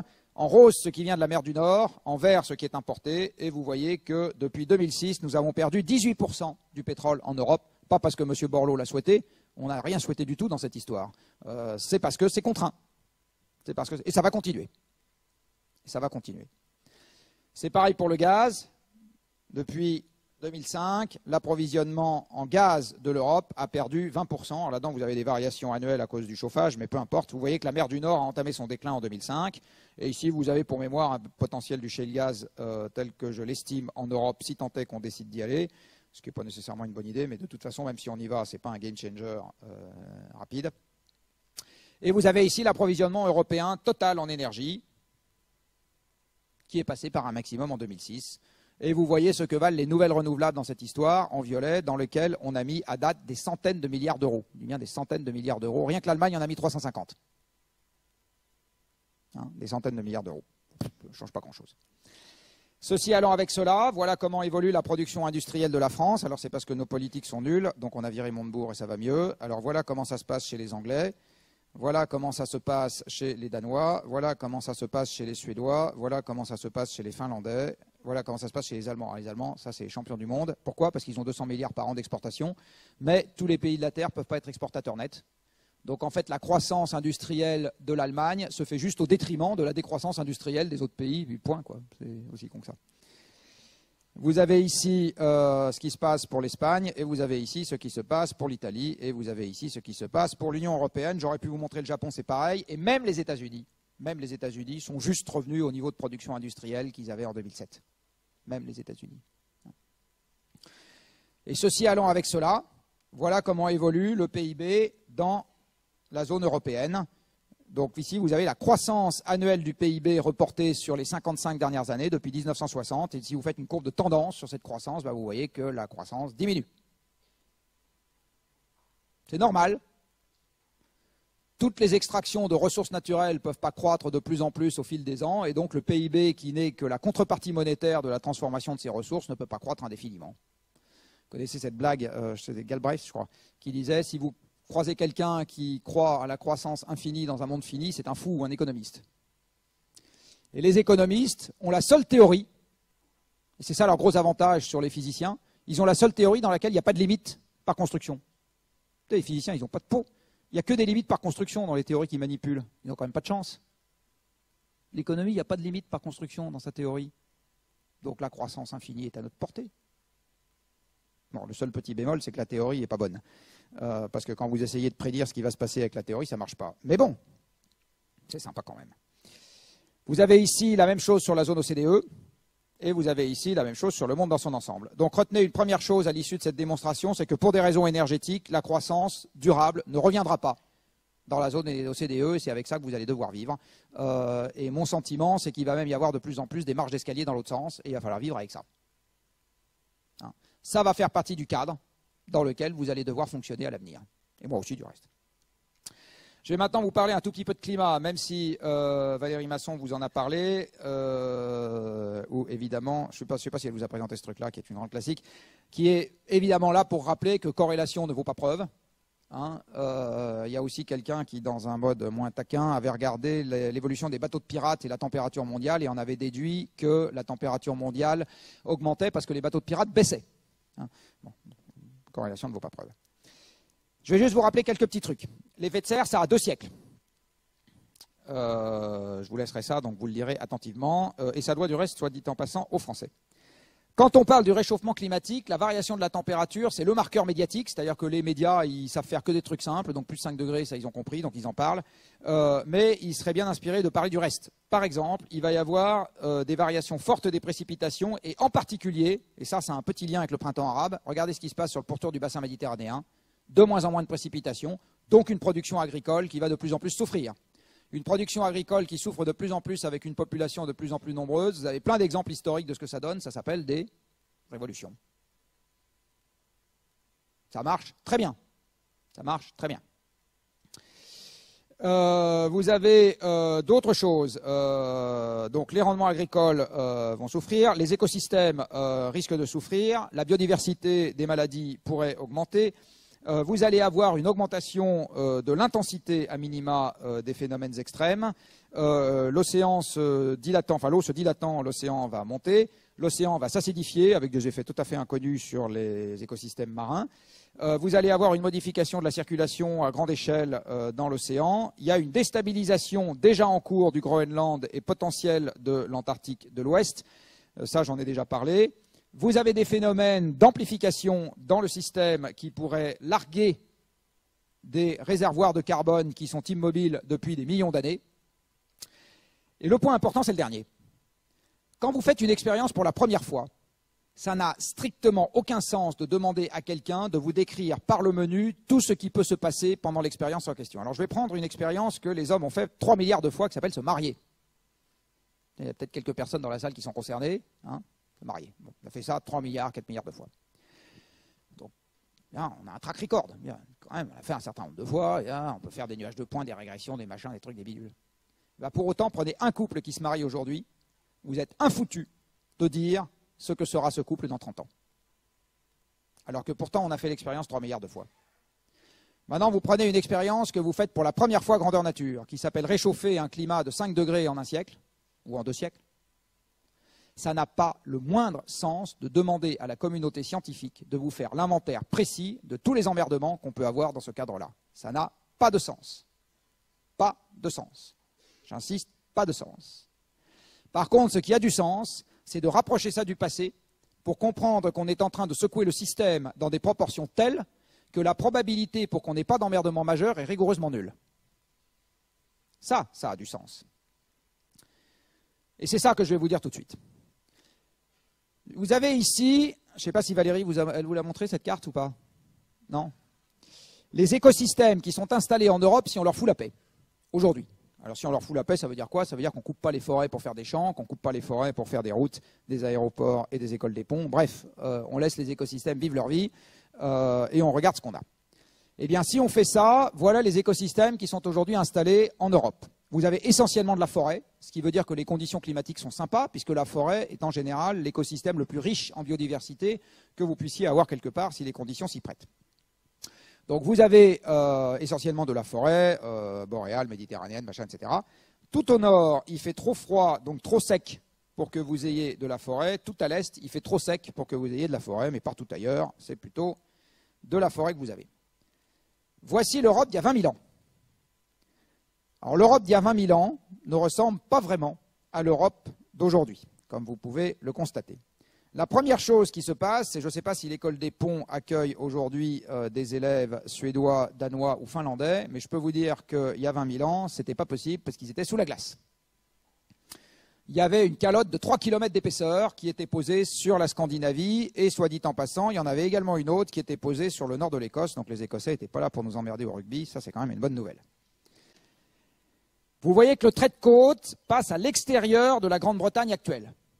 Alors pour ceux d'entre vous qui font de la voile, pas trop, vous êtes quand même là pour étudier, vous savez probablement que le point bas de la Manche, aujourd'hui, c'est 110 mètres, 114 très exactement, si j'ai bien regardé mon sondeur. Donc c'est une mer qui n'existait pas, la Manche, il y a 20 000 ans, puisque l'océan avait baissé de 120 mètres. Où était passée l'eau qui n'est plus dans l'océan? Dans les énormes calottes qui étaient sur la Scandinavie. L'Antarctique avait grossi, le Groenland avait grossi, et il y avait une énorme calotte également posée sur le Canada, la calotte du Laurentide. Vous voyez qu'il n'y a pas vraiment de forêt en Europe à cette époque-là. La totalité de l'écosystème européen ressemble plus ou moins à ce qu'on trouve aujourd'hui dans le nord de la Sibérie. Vous avez un peu partout de la steppe, etc. Et du coup, la capacité à nourrir des bons hommes du système France, du système agricole France à l'époque, c'est à peu près la population de Boulogne-Billancourt. Donc un peu moins, puisque c'est 150 000 personnes, Boulogne-Billancourt. Donc l'écosystème France, le système agricole France, à cette époque-là, aux grandes dames de la FNSEA, ne sait nourrir que 100 000 personnes qui vivent de chasse et de cueillette. À gauche, il y a 20 000 ans, à droite, aujourd'hui. Quelle est la différence entre ces deux États de l'Europe? Eh bien, la différence entre ces deux États de l'Europe, c'est 5 degrés sur la moyenne planétaire. Il y a 20 000 ans, la Terre était en ère glaciaire. En ère glaciaire, la température moyenne de la planète est inférieure de 5 degrés à ce qu'elle est, alors j'allais dire aujourd'hui, à l'époque pré-industrielle plus exactement. 5 degrés. 5 degrés en 5000 ans fait la transformation que vous avez sous le nez. On va refaire une règle de 3. 5 degrés en 5000 ans, ça fait 1 degré en 1000 ans, ça fait 0,1 degré par siècle. 0,1 degré par siècle, soutenu sur quelques dizaines de siècles, ça vous fait ça.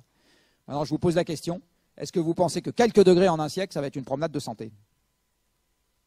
Non, pas du tout. Ça ne va pas du tout être un problème de santé, ça ne va pas du tout être un problème de maillot de bain en plus ou en moins.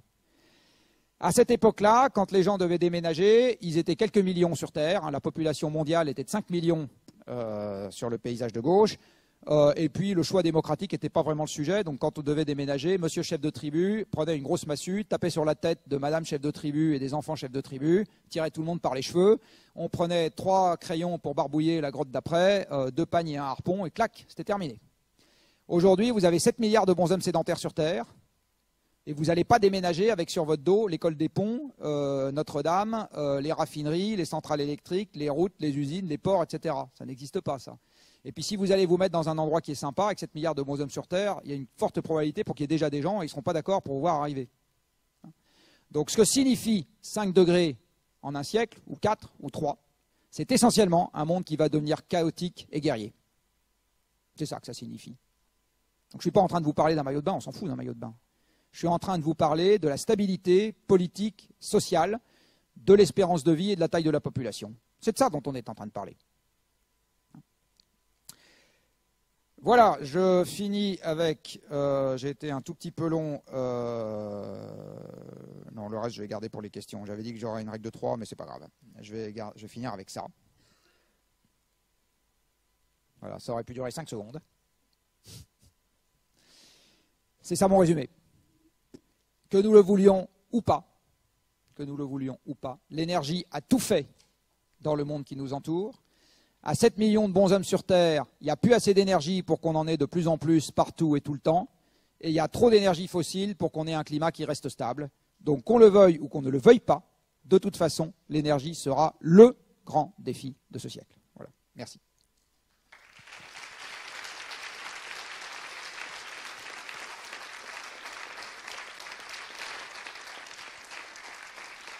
Merci beaucoup Jean-Marc Jancovici pour ce constat provoquant, alarmant, presque déprimant. Je pense qu'il y a effectivement beaucoup de questions sur le constat, mais peut-être aussi sur les pistes pour les solutions face à ce grand problème. Donc voilà, sans plus tarder, voilà, une première question. Rapidement, si vous avez des pistes de solutions. Alors, je vais vous retourner la question. Qu'est-ce que vous appelez une solution? Une solution, c'est quelque chose qui permet d'obtenir quoi? Qui permettrait par exemple d'avoir, je pense là, une cohésion au niveau international au niveau des décisions. Alors, une cohésion internationale fait partie des derniers trucs qu'on aura, parce que la distance au problème est extrêmement variable en fonction des pays que vous regardez. Et les envies sont extrêmement variables, les cultures sont extrêmement variables. Selon par exemple que la vie est la première valeur ou pas dans votre culture, vous n'avez pas du tout le même genre de réponse face à ce problème. Donc la cohésion internationale, elle n'existera jamais. Ce qui peut exister, c'est des accords internationaux sur des points un peu précis. Et là, si vous pensez par exemple à ce qui va se passer à Paris dans quelques mois, ce qui va se passer à Paris dans quelques mois ne changera pas fondamentalement la manière dont les pays s'organisent face à ce problème. Ça le changera un peu. Mais ça ne changera pas fondamentalement pour une raison très simple, c'est que les Nations Unies n'ont pas le pouvoir d'envoyer les chars chez les gens qui se comportent d'une manière qui est considérée comme déviante par les Nations Unies. On leur a, sauf dans un cas très particulier qui est les décisions du Conseil de sécurité, mais pour le moment le climat n'en relève pas. Donc ce qui va se passer, les Nations Unies, c'est un système montant dans lequel chaque pays dispose d'une voix. Donc les États-Unis et les îles Tuvalu ont le même pouvoir aux Nations Unies et les décisions doivent être obtenues par consensus. Tout le monde doit être d'accord sur ce qu'on fait. Alors, je ne sais pas si vous avez déjà été dans une assemblée de copropriétaires. Vous avez déjà été dans une assemblée de copropriétaires? Non. Bon, qui a déjà été dans une assemblée de copropriétaires ici? Vous connaissez un peu le... Bon. Alors, imaginez 198 copropriétaires. 198. Qui voteraient à une assemblée de copropriétaires indépendamment de la surface de leur appartement. Donc celui qui a un placard à balai a une voix comme celui qui a le triplex au sommet de l'immeuble. Qui doivent décider d'une augmentation des charges, qui n'ont pas a priori la clé de répartition et qui ne savent pas qui est le bénéficiaire de l'augmentation des charges qu'ils vont voter. Et ces gens-là doivent se mettre d'accord de manière totalement unanime. Quelle est la probabilité qu'on y arrive? 0. Donc c'est exactement ce qui se passe aux négociations climat. La probabilité qu'on y arrive est nulle. Par ailleurs, vous avez bien compris que diminuer les émissions de CO2, c'est diminuer la consommation d'énergie fossile. Diminuer la consommation d'énergie fossile, c'est diminuer la consommation d'énergie tout court. Diminuer l'énergie disponible, c'est diminuer le PIB. Donc les négociations climat ne sont pas très loin de ressembler à une discussion sur la meilleure manière d'organiser la décroissance. Physiquement, c'est ça. Question, quelle est la probabilité qu'on y arrive? 0. Donc, l'accord international dans cette affaire, c'est la dernière chose qu'on aura. Le jour où un certain nombre de pays, en quantité croissante, il faut le souhaiter, et pour des raisons strictement égoïstes, donc intérieures, décideront de s'exciter face à ce problème, parce qu'ils comprendront que toute chose égale par ailleurs, c'est leur meilleure option. Alors, dans cette catégorie-là, j'en vois déjà 2, très significatifs. Un, c'est l'Europe. Mais il faut que l'Europe comprenne qu'elle est déjà sous stress d'approvisionnement en combustibles fossiles et que ça va s'accélérer. Donc de toute façon, décarboner l'économie, c'est sa meilleure option. Mais on a vachement de mal à faire accepter cette idée. Mais là, je vais faire une toute petite digression sur les médias. Parce que le problème le plus mis en avant dans les médias est le problème climatique et pas le problème de stress d'approvisionnement. Et la raison liée à ça, c'est que le problème climatique procède d'un mouvement militant et d'une science disponible qui sont là. Donc il y a un mouvement militant et il y a une science disponible. En ce qui concerne la décrue énergétique, il n'y a ni l'un ni l'autre. Il n'y a pas le mouvement militant et l'information n'est pas disponible parce que pour avoir une vue qui commence à être à peu près complète de ce qu'est vraiment l'approvisionnement en combustible fossile quelque part, il faut avoir passé 5 ans de déjeuner un peu alcoolisé avec des gens qui acceptent de se lâcher pour qu'ils vous donnent des informations qui ne sont pas dans le domaine public. Parce que les informations sur la réalité des productions et des réserves sont des informations détenues par des opérateurs commerciaux et elles ne sont pas dans le domaine public. Donc il faut y aller à la mano, c'est un travail de fourmi. Changement climatique, c'est que de la recherche publiée, donc pour peu que vous vous en donniez la peine, tout est disponible. Donc l'Europe, il y aurait intérêt. Et le deuxième pays qui y a intérêt, c'est la Chine, parce que la Chine est, comme l'Europe, un peuple à la tradition, à l'existence multimillénaire. C'est des gens qui savent réfléchir. C'est des gens qui ont bien compris que 1 milliard et quelques dans la taille du pays, ça allait poser des problèmes. C'est des gens qui sont capables de voir à 30 ou 40 ans encore. Et c'est des gens où les élites urbaines, c'est peut-être ça le plus important et j'aurais peut-être dû commencer par ça, donc les élites au pouvoir commencent à trouver intolérable la pollution des centrales à charbon. J'aurais peut-être dû commencer par ça. Donc il y a 2 blocs, à mon avis, qui sont intéressants à regarder, c'est la Chine et l'Europe. Il se trouve que conjoncturellement, les États-Unis sont aussi sur la bonne pente parce qu'en remplaçant du charbon par du gaz, même de schiste, ils font baisser leurs émissions. Mais à mon avis, c'est plus conjoncturel que structurel parce que vous savez quand même que le slogan des États-Unis, c'est « No limits ». Donc « No limits » pour se confronter à un problème qui n'est qu'un problème de limite, c'est quand même un peu compliqué. Mais voilà en gros, mais la communauté internationale ne donnera pas la solution. Ce qui va donner la solution, c'est un empilement d'actions nationales ou régionales. C'est à ce niveau-là, c'est à cette échelle-là qu'il faut aller chercher le début de l'initiative. Il y a un autre endroit aussi qui peut être intéressant à regarder, c'est les multinationales. Alors vous savez, les multinationales, c'est celles capitalistes, etc. Oui, sauf que là-dedans, il y en a qui ont un intérêt direct à l'action et que les multinationales sont les seules institutions transnationales capables d'imposer une discipline interne. Il n'y en a pas d'autre. Enfin si, il y a la construction européenne, mais à part la construction européenne, multinationale, c'est donc, bon, chez elle, il y a évidemment à boire et à manger, mais c'est aussi le monde économique est en train de se cliver sur ce sujet. Hein.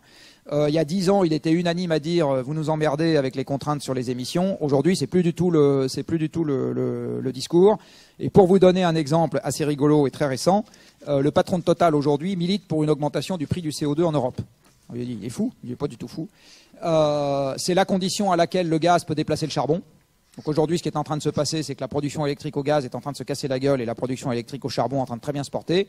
Et le patron de Total dit ça serait quand même mieux si c'était l'inverse du point de vue du CO2, il n'y a pas tort. Et la seule condition pour y arriver, c'est que le CO2 vaille quelque chose et qu'il vaille suffisamment cher pour que les centrales à charbon soient défavorisées économiquement par rapport aux centrales au gaz. Donc ce brave homme est en train d'entraîner tout un tas de pétroliers européens puis mondiaux dans l'idée qu'il faut monter le prix du CO2. Et il ne le fait pas du tout par raison altruiste, encore que j'ai eu sa fille comme élève il y a 2 ans, ça peut-être non, pardon. Mais il le fait avant tout parce que c'est parfaitement cohérent avec le mandat qui est le sien de diriger cette boutique. C'est parfaitement cohérent. Donc c'est ça que je voulais dire quand je dis le monde est en train de se cliver économiquement là-dessus, et il faut aller chercher les gagnants de l'affaire. En gros, il faut faire le lobby économique des gagnants potentiels de l'affaire, qui sont très loin d'être juste les opérateurs et les fabricants de panneaux photovoltaïques et d'éoliennes. Très loin. Si je peux préciser un petit peu, du coup, approfondir un peu la question en termes de solutions, est-ce que vous avez des idées de solutions techniques plus que de solutions politiques pour, disons, arriver à une transition plus douce? Alors là, c'est toujours pareil, ça dépend ce que vous mettez derrière le mot solution. Si vous mettez choses à faire qu'il faut faire de toute façon, parce que si on les fait, on se portera mieux que si on les fait pas. Alors là, j'en ai toute une liste que je peux vous énoncer rapidement. La première des choses à faire, ça va être un peu inventaire à l'après-vert. Hein. Il y a une action à avoir dans le domaine des transports.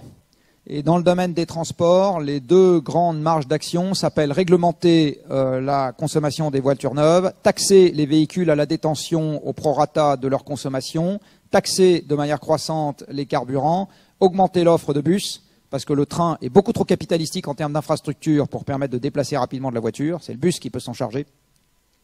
Promouvoir le vélo et le covoiturage et, à long terme, dégonfler les villes. Les villes de 10 millions d'habitants ne sont pas viables dans un monde à l'énergie contrainte. Et faire des noyaux urbains denses, bien répartis sur le territoire, avec un hinterland qui permette l'approvisionnement en denrées essentielles, sans avoir besoin de faire 10 000 km à chaque fois. Vous avez un deuxième sujet sur le bâti, qui est d'essayer de faire en sorte que les gens divorcent moins, parce que plus vite divorcez, plus vous avez besoin de surface construite à population identique. C'est pas du tout une blague. Vous avez la consommation d'énergie des gens quand ils divorcent augmente de 60% instantanément. Donc j'ai une bonne ou une mauvaise nouvelle à vous donner. Ça sera plus compliqué pour votre génération de divorcer que ça ne l'a été pour la mienne. Donc choisissez mieux. Vous avez donc un sujet sur le bâti. Donc non, c'est pas une blague ce que je dis. Hein. S'il y a une inflation perpétuelle de la demande en mètres carrés par personne, vous pouvez faire tout ce que vous voulez sur le plan technique, vous n'y arrivez pas, quoi. Donc vous avez et en termes purement techniques, vous avez la performance de l'enveloppe et les appareils de chauffage. Et pour être un peu pragmatique, il faut isoler mais sans excès et tout passer à la pompe à chaleur et construire quelques réacteurs nucléaires pour alimenter tout ça. Sur le plan de l'électricité, il faut tuer le charbon et remplacer ça par du nucléaire. On ne sera pas dans les temps, jamais, si on essaye avec du photovoltaïque et de l'éolien. Donc aujourd'hui, les gens, l'enfer est pavé de bonnes intentions, comme vous le savez. Aujourd'hui, les gens qui disent on va remplacer les fossiles par du photovoltaïque et de l'éolien, malheureusement pour eux, ne font que œuvrer pour que le changement climatique soit plus important. C'est ça qu'ils font, en pratique. Mais évidemment, si vous leur dites, ils vont dire que je suis fou, mais en pratique, c'est ça qu'ils font. C'est un peu comme si vous dites à Renault, dont les ventes de voitures diminuent, vends donc des trombones et tu vas garder le même nombre d'emplois. Ça ne marchera pas. Donc, il faut tuer le charbon dans la production électrique mondiale. En France, on n'en a pas énormément, donc là, ce que je suis en train de vous dire ne concerne pas la France directement pour ses installations. Par contre, ça concerne directement la France pour son industrie. On peut quand même en exporter 3,5 si on rentre dans ce genre de schéma. Vous avez, en ce qui concerne l'industrie, il va falloir se faire à l'idée que les objets vont redevenir plus durables, plus chers, plus réparables et moins accessibles. Donc, plus cher, j'insiste. Donc, le fait que la production industrielle diminue, c'est le sens de l'histoire. Par contre, il faut qu'on n'ait pas besoin de changer le frigo tous les 3 ans, l'ordinateur tous les 3 ans, etc. Donc, tout ça va de pair avec un système économique dans lequel ça coûte plus cher, on en prend plus soin, les performances changent moins souvent, etc. Ça va également de pair avec un truc auquel je crois beaucoup. Il y a un ingénieur qui s'appelle Philippe Biwix, pour certains d'entre vous, si vous le connaissez, qui a écrit un bouquin qui s'appelle L'âge des low-tech, que je vous recommande, et dans lequel il fait cette réflexion qui est, je suis honteux de ne l'avoir eue qu'en le lisant, parce que c'est tellement évident.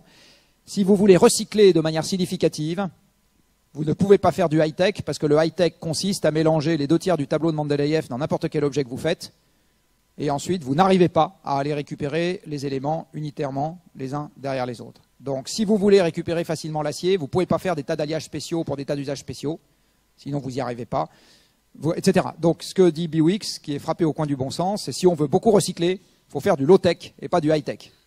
C'est très perturbant pour les ingénieurs que nous sommes, hein. Mais il y a quelque chose de fondamentalement vrai dans sa remarque. Donc il faut faire simple, modulaire, déconstructible, etc. En ce qui concerne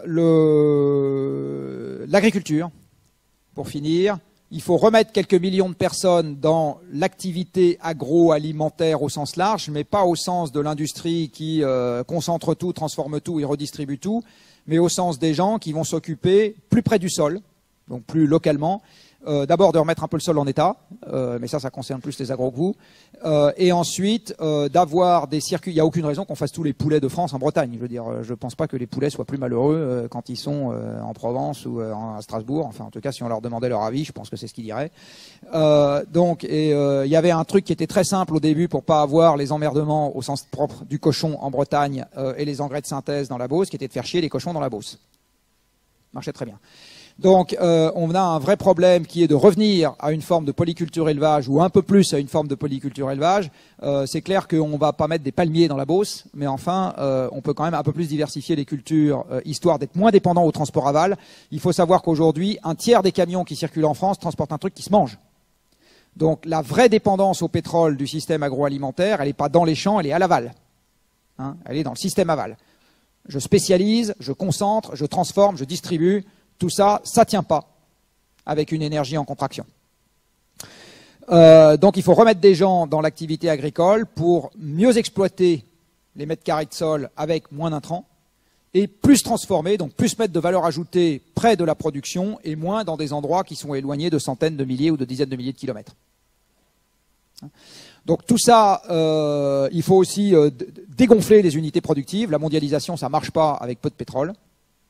Donc vous avez tout ce travail qui va être à faire. Rien de tout ça ne fera revenir la croissance économique, si c'est ça la question. Par contre, tout ça donne des tas de projets qui peuvent avoir un sens. Et à titre personnel, si on s'y prend bien, si on est dans un système dans lequel chaque année on gagne 1% de moins que ce qu'on gagne l'année précédente, je pense que c'est pas un drame. C'est-à-dire que si vous et moi on gagne 1% l'année prochaine en moins de ce qu'on gagne cette année, on s'organise. Le drame, c'est qu'aujourd'hui, comme chacun s'accroche à ses avantages, le 1% en moins est concentré sur 1% de la population qui passe de tout à rien. À eux, ça leur fait tout drôle. Donc on va avoir aussi besoin de réinventer le dialogue social. Ça va aussi vous concerner, parce que pour ceux d'entre vous qui auront des postes à responsabilité plus tard, je peux vous assurer que ça va vous concerner. Moi, j'ai des négociations salariales dans mon entreprise, pourtant avec des gens éduqués, puisqu'il n'y a que des cadres supérieurs, c'est une boîte de consultants. Et ben rien qu'à eux leur faire comprendre que quand l'inflation est nulle, il n'y a pas de raison d'accorder des augmentations générales, ben faut y aller, hein. Bon. Donc, il va y avoir besoin de réinventer et ils sont tous par ailleurs pour le partage, le machin, la générosité, etc. Pas de problème. Donc, on va avoir besoin de réinventer le dialogue social. Donc, tout est à réinventer dans cette affaire, puisque, comme vous l'avez compris, l'énergie nous a permis de vivre sur une grosse bulle de chewing-gum qui n'arrêtait pas de se dilater. Et il va falloir inventer tout un tas de mécanismes qui ne sont pas compatibles avec cette dilatation perpétuelle. Donc, en termes de créativité, ça peut, ou ça pourrait être une époque absolument formidable. Et enfin, le dernier point, c'est qu'il va falloir faire tout un tas de trucs pour le changement climatique déjà embarqué, parce que à cause, ça c'est un truc que Valérie a dû vous expliquer, à cause de l'inertie de l'océan en particulier, si on s'arrête d'émettre demain matin, de toute façon, il y a encore un certain nombre de compartiments du système climatique qui vont continuer à dériver pendant des milliers d'années. Hein, de toute façon. Donc, il va aussi falloir s'occuper de ça. Vous avez beaucoup parlé du premier principe de la thermodynamique, mais nous, en cours, on nous en a appris deux. Est-ce que le deuxième a une importance dans la production énergétique? Le deuxième, il était implicite dans ce que je vous ai dit sur le rayonnement à 3 degrés Kelvin de l'univers. Voilà typiquement une quantité d'énergie qui, au regard du premier principe, est énorme. Par contre, au regard du deuxième principe, vous n'en ferez jamais rien. Mais par exemple, l'énergie éolienne ou hydrolienne sont des énergies qui, au regard du second principe, sont plus intéressantes. Oui, mais elles sont très diffuses. Elles sont extrêmement diffuses. Donc il vaut mieux avoir un rendement dégueulasse sur une énergie très concentrée qu'un rendement excellent sur une énergie très diffuse. À l'arrivée, vous vous y retrouvez quand même avec l'énergie très concentrée. Par contre, il y a un autre truc que vous savez probablement, c'est que l'électricité en tant que telle ne se stocke pas, puisque l'électricité se définit par des électrons en mouvement. Et il n'y a que dans des supraconducteurs que vous savez stocker des électrons en mouvement. Sinon, vous devez transformer l'électricité en une autre forme d'énergie pour la stocker. Et il se trouve que toutes les formes de stockage de l'électricité que nous connaissons aujourd'hui supposent la mise en jeu de masses qui sont extrêmement significatives, et c'est ça qui pénalise l'électricité dans l'usage transport, là où le pétrole est roi, parce que dans un réservoir de pétrole, vous avez 10 kWh par litre, alors que dans 1 kg de batterie plomb-acide, vous avez 35 Wh. Et même les batteries poète-poète modernes, là, lithium-ion, etc., vous avez des densités énergétiques qui restent de l'ordre de 150, 200 Wh par kilo. Donc vous voyez, vous êtes à un facteur 10 plus quelque chose, plutôt 50, en dessous de la densité énergétique du pétrole.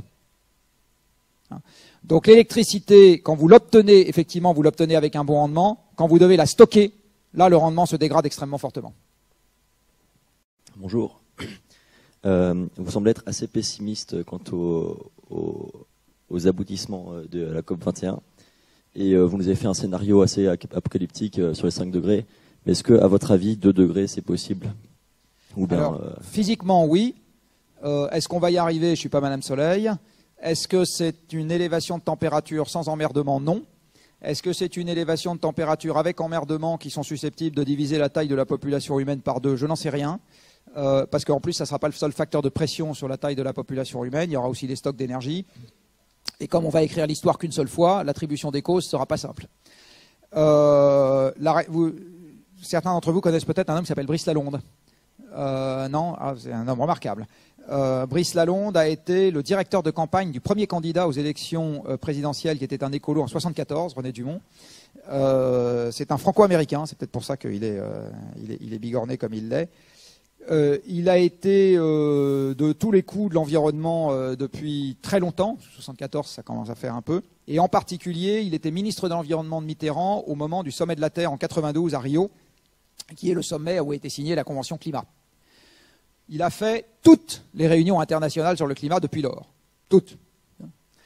Eh bien, il a une petite blague qui est, si on en est à la COP 21, 21e, c'est parce que ça fait 20 ans qu'on n'y arrive pas. Et sa petite blague, elle est parfaitement fondée. Le système même des Nations Unies fait qu'on n'arrivera pas à faire des choses discriminantes dans cette enceinte. Et les rares fois où on y arrive, je vais vous parler de Copenhague parce que j'y étais, la presse, emmenée par des gens bien pensants, pour prendre un terme approprié, dit « Ah, c'est pas bien que ça se passe comme ça ». Alors, ce qui s'est passé à Copenhague, parce que j'y étais, ça a été un hold-up du G20 sur les Nations Unies. C'est-à-dire qu'à un moment, les puissants ont dit « Vous les mioches, là, vos gueules, ça va être comme ça ». Il n'y a que comme ça que ça peut marcher. Il n'y a que comme ça que ça peut marcher. Si vous décidez du programme d'enseignement de la première année en disant chaque personne, on part d'une feuille blanche et chaque personne dans cette enceinte a une voix et on doit y arriver de manière unanime. Vous pensez que ça va marcher? Bon, si le directeur des études dit c'est comme ça et pas autrement, je pense que ça marche un peu mieux. Donc, enfin, en tout cas, vous avez un résultat. Donc, c'est exactement ce qui s'est passé à Copenhague. À Copenhague, ce qui s'est passé, et là, je tiens l'information de source sûre, donc c'est vraiment un truc qu'on peut mettre à son crédit. C'est dans la deuxième semaine des négociations, dans la nuit du jeudi au vendredi, Sarkozy qui a dit on ne peut pas repartir tous chez nous comme ça avec rien. Donc, Merkel vient ici, Cameron vient ici, Obama vient ici, etc. On va faire une réunion entre nous et on va dire ce qu'on a envie de faire. Donc ils se sont mis dans une pièce noire, enfin non éclairée en fait. Ils ont commencé à discuter entre eux et ils ont fait ce que font des présidents dans une enceinte pareille, c'est-à-dire qu'ils ont drafté 2 pages, 12 items en disant bah voilà, on se met d'accord là-dessus. Ça s'appelle le début d'un agenda politique qui n'existait pas jusqu'à maintenant. C'est-à-dire que jusqu'à maintenant, les gens se réunissaient mais ils ne savaient pas si l'objectif c'était 2, 3, 4, 5, 6 ou 7 degrés. Bon. On est sorti de cette pièce, c'était 2 degrés, c'était 100 milliards pour le fonds, etc. Donc il y avait le début d'un agenda politique. C'est un succès. C'est un succès. La presse a qualifié ça d'échec. Et pourquoi la presse a qualifié ça d'échec? Parce que les ONG n'étaient pas voix au chapitre et que c'est elles qui sont les premières à se précipiter devant les micros. Donc comme elles n'en étaient pas, elles ont dit c'est un échec et le mot est parti. Donc non seulement les négociations internationales ne sont pas nécessairement faites pour ce que vous croyez qu'elles font, mais en plus, quand il y a des avancées, il arrive que la presse unanime dise c'était pas ce qu'il fallait faire. Donc je suis pas pessimiste, je suis juste un peu taquin en disant. Mais ce qui est important avec ces négociations, c'est pas qu'on négocie, c'est qu'on en parle. Dit autrement, le principal avantage de ces réunions, c'est que ça fait monter le sujet sur l'agenda médiatique, au moins une fois par an, de manière significative, et que ça, du coup, ça fait monter le sujet sur l'agenda politique, parce que si c'est dans les médias, c'est sur l'agenda politique et réciproquement. Donc ça a quand même un avantage de ce point de vue. Par contre, les décisions techniques importantes, elles ne sont pas prises dans ce genre d'enceinte, sauf en cas de hold-up. Donc ce qu'il faudrait, c'est que parallèlement, le climat devienne un sujet de conférence présidentielle annuelle, typiquement dans l'enceinte du G20. Et là, ça accélérerait encore le processus.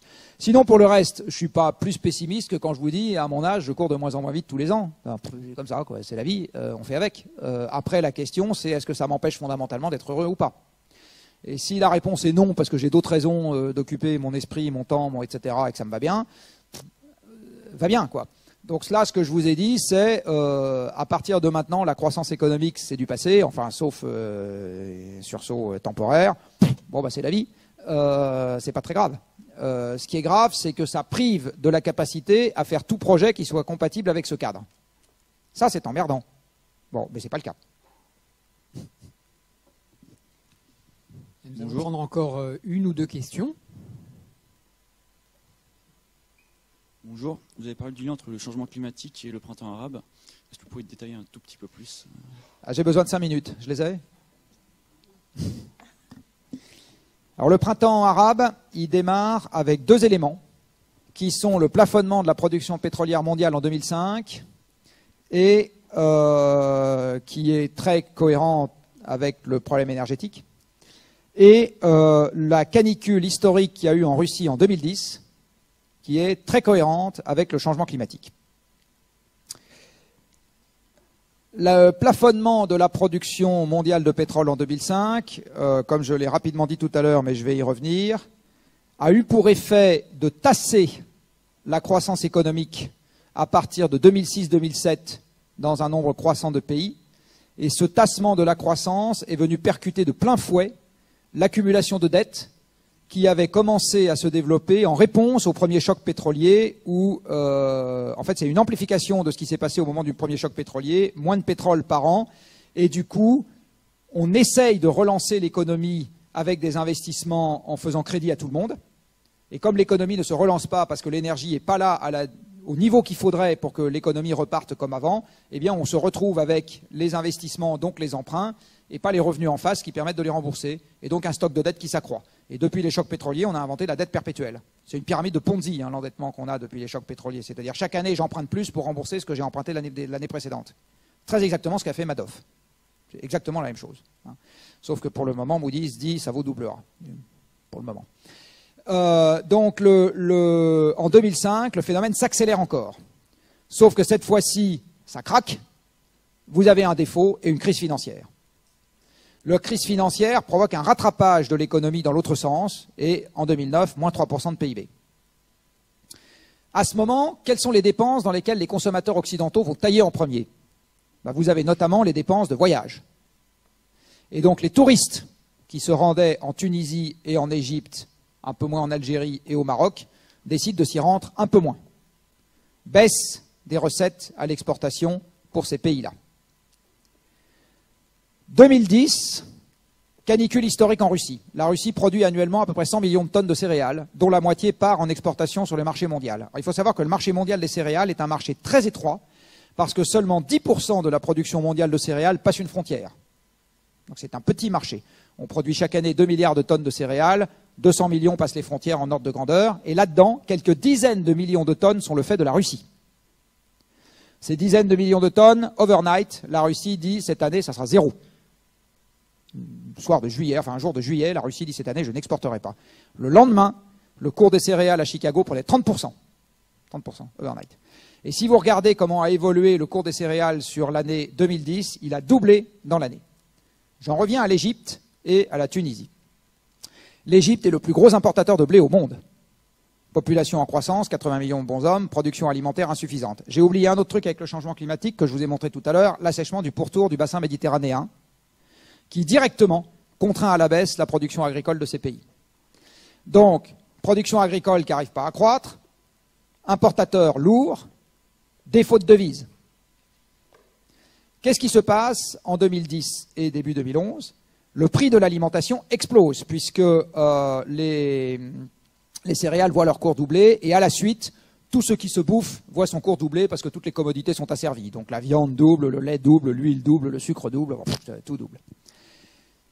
L'Égyptien standard, et on va dire les 50% qui gagnent le moins, il a $1 par jour de revenu net disponible. C'est-à-dire que si vous regardez ce qu'il gagne, moins les impôts, etc., $1 par jour.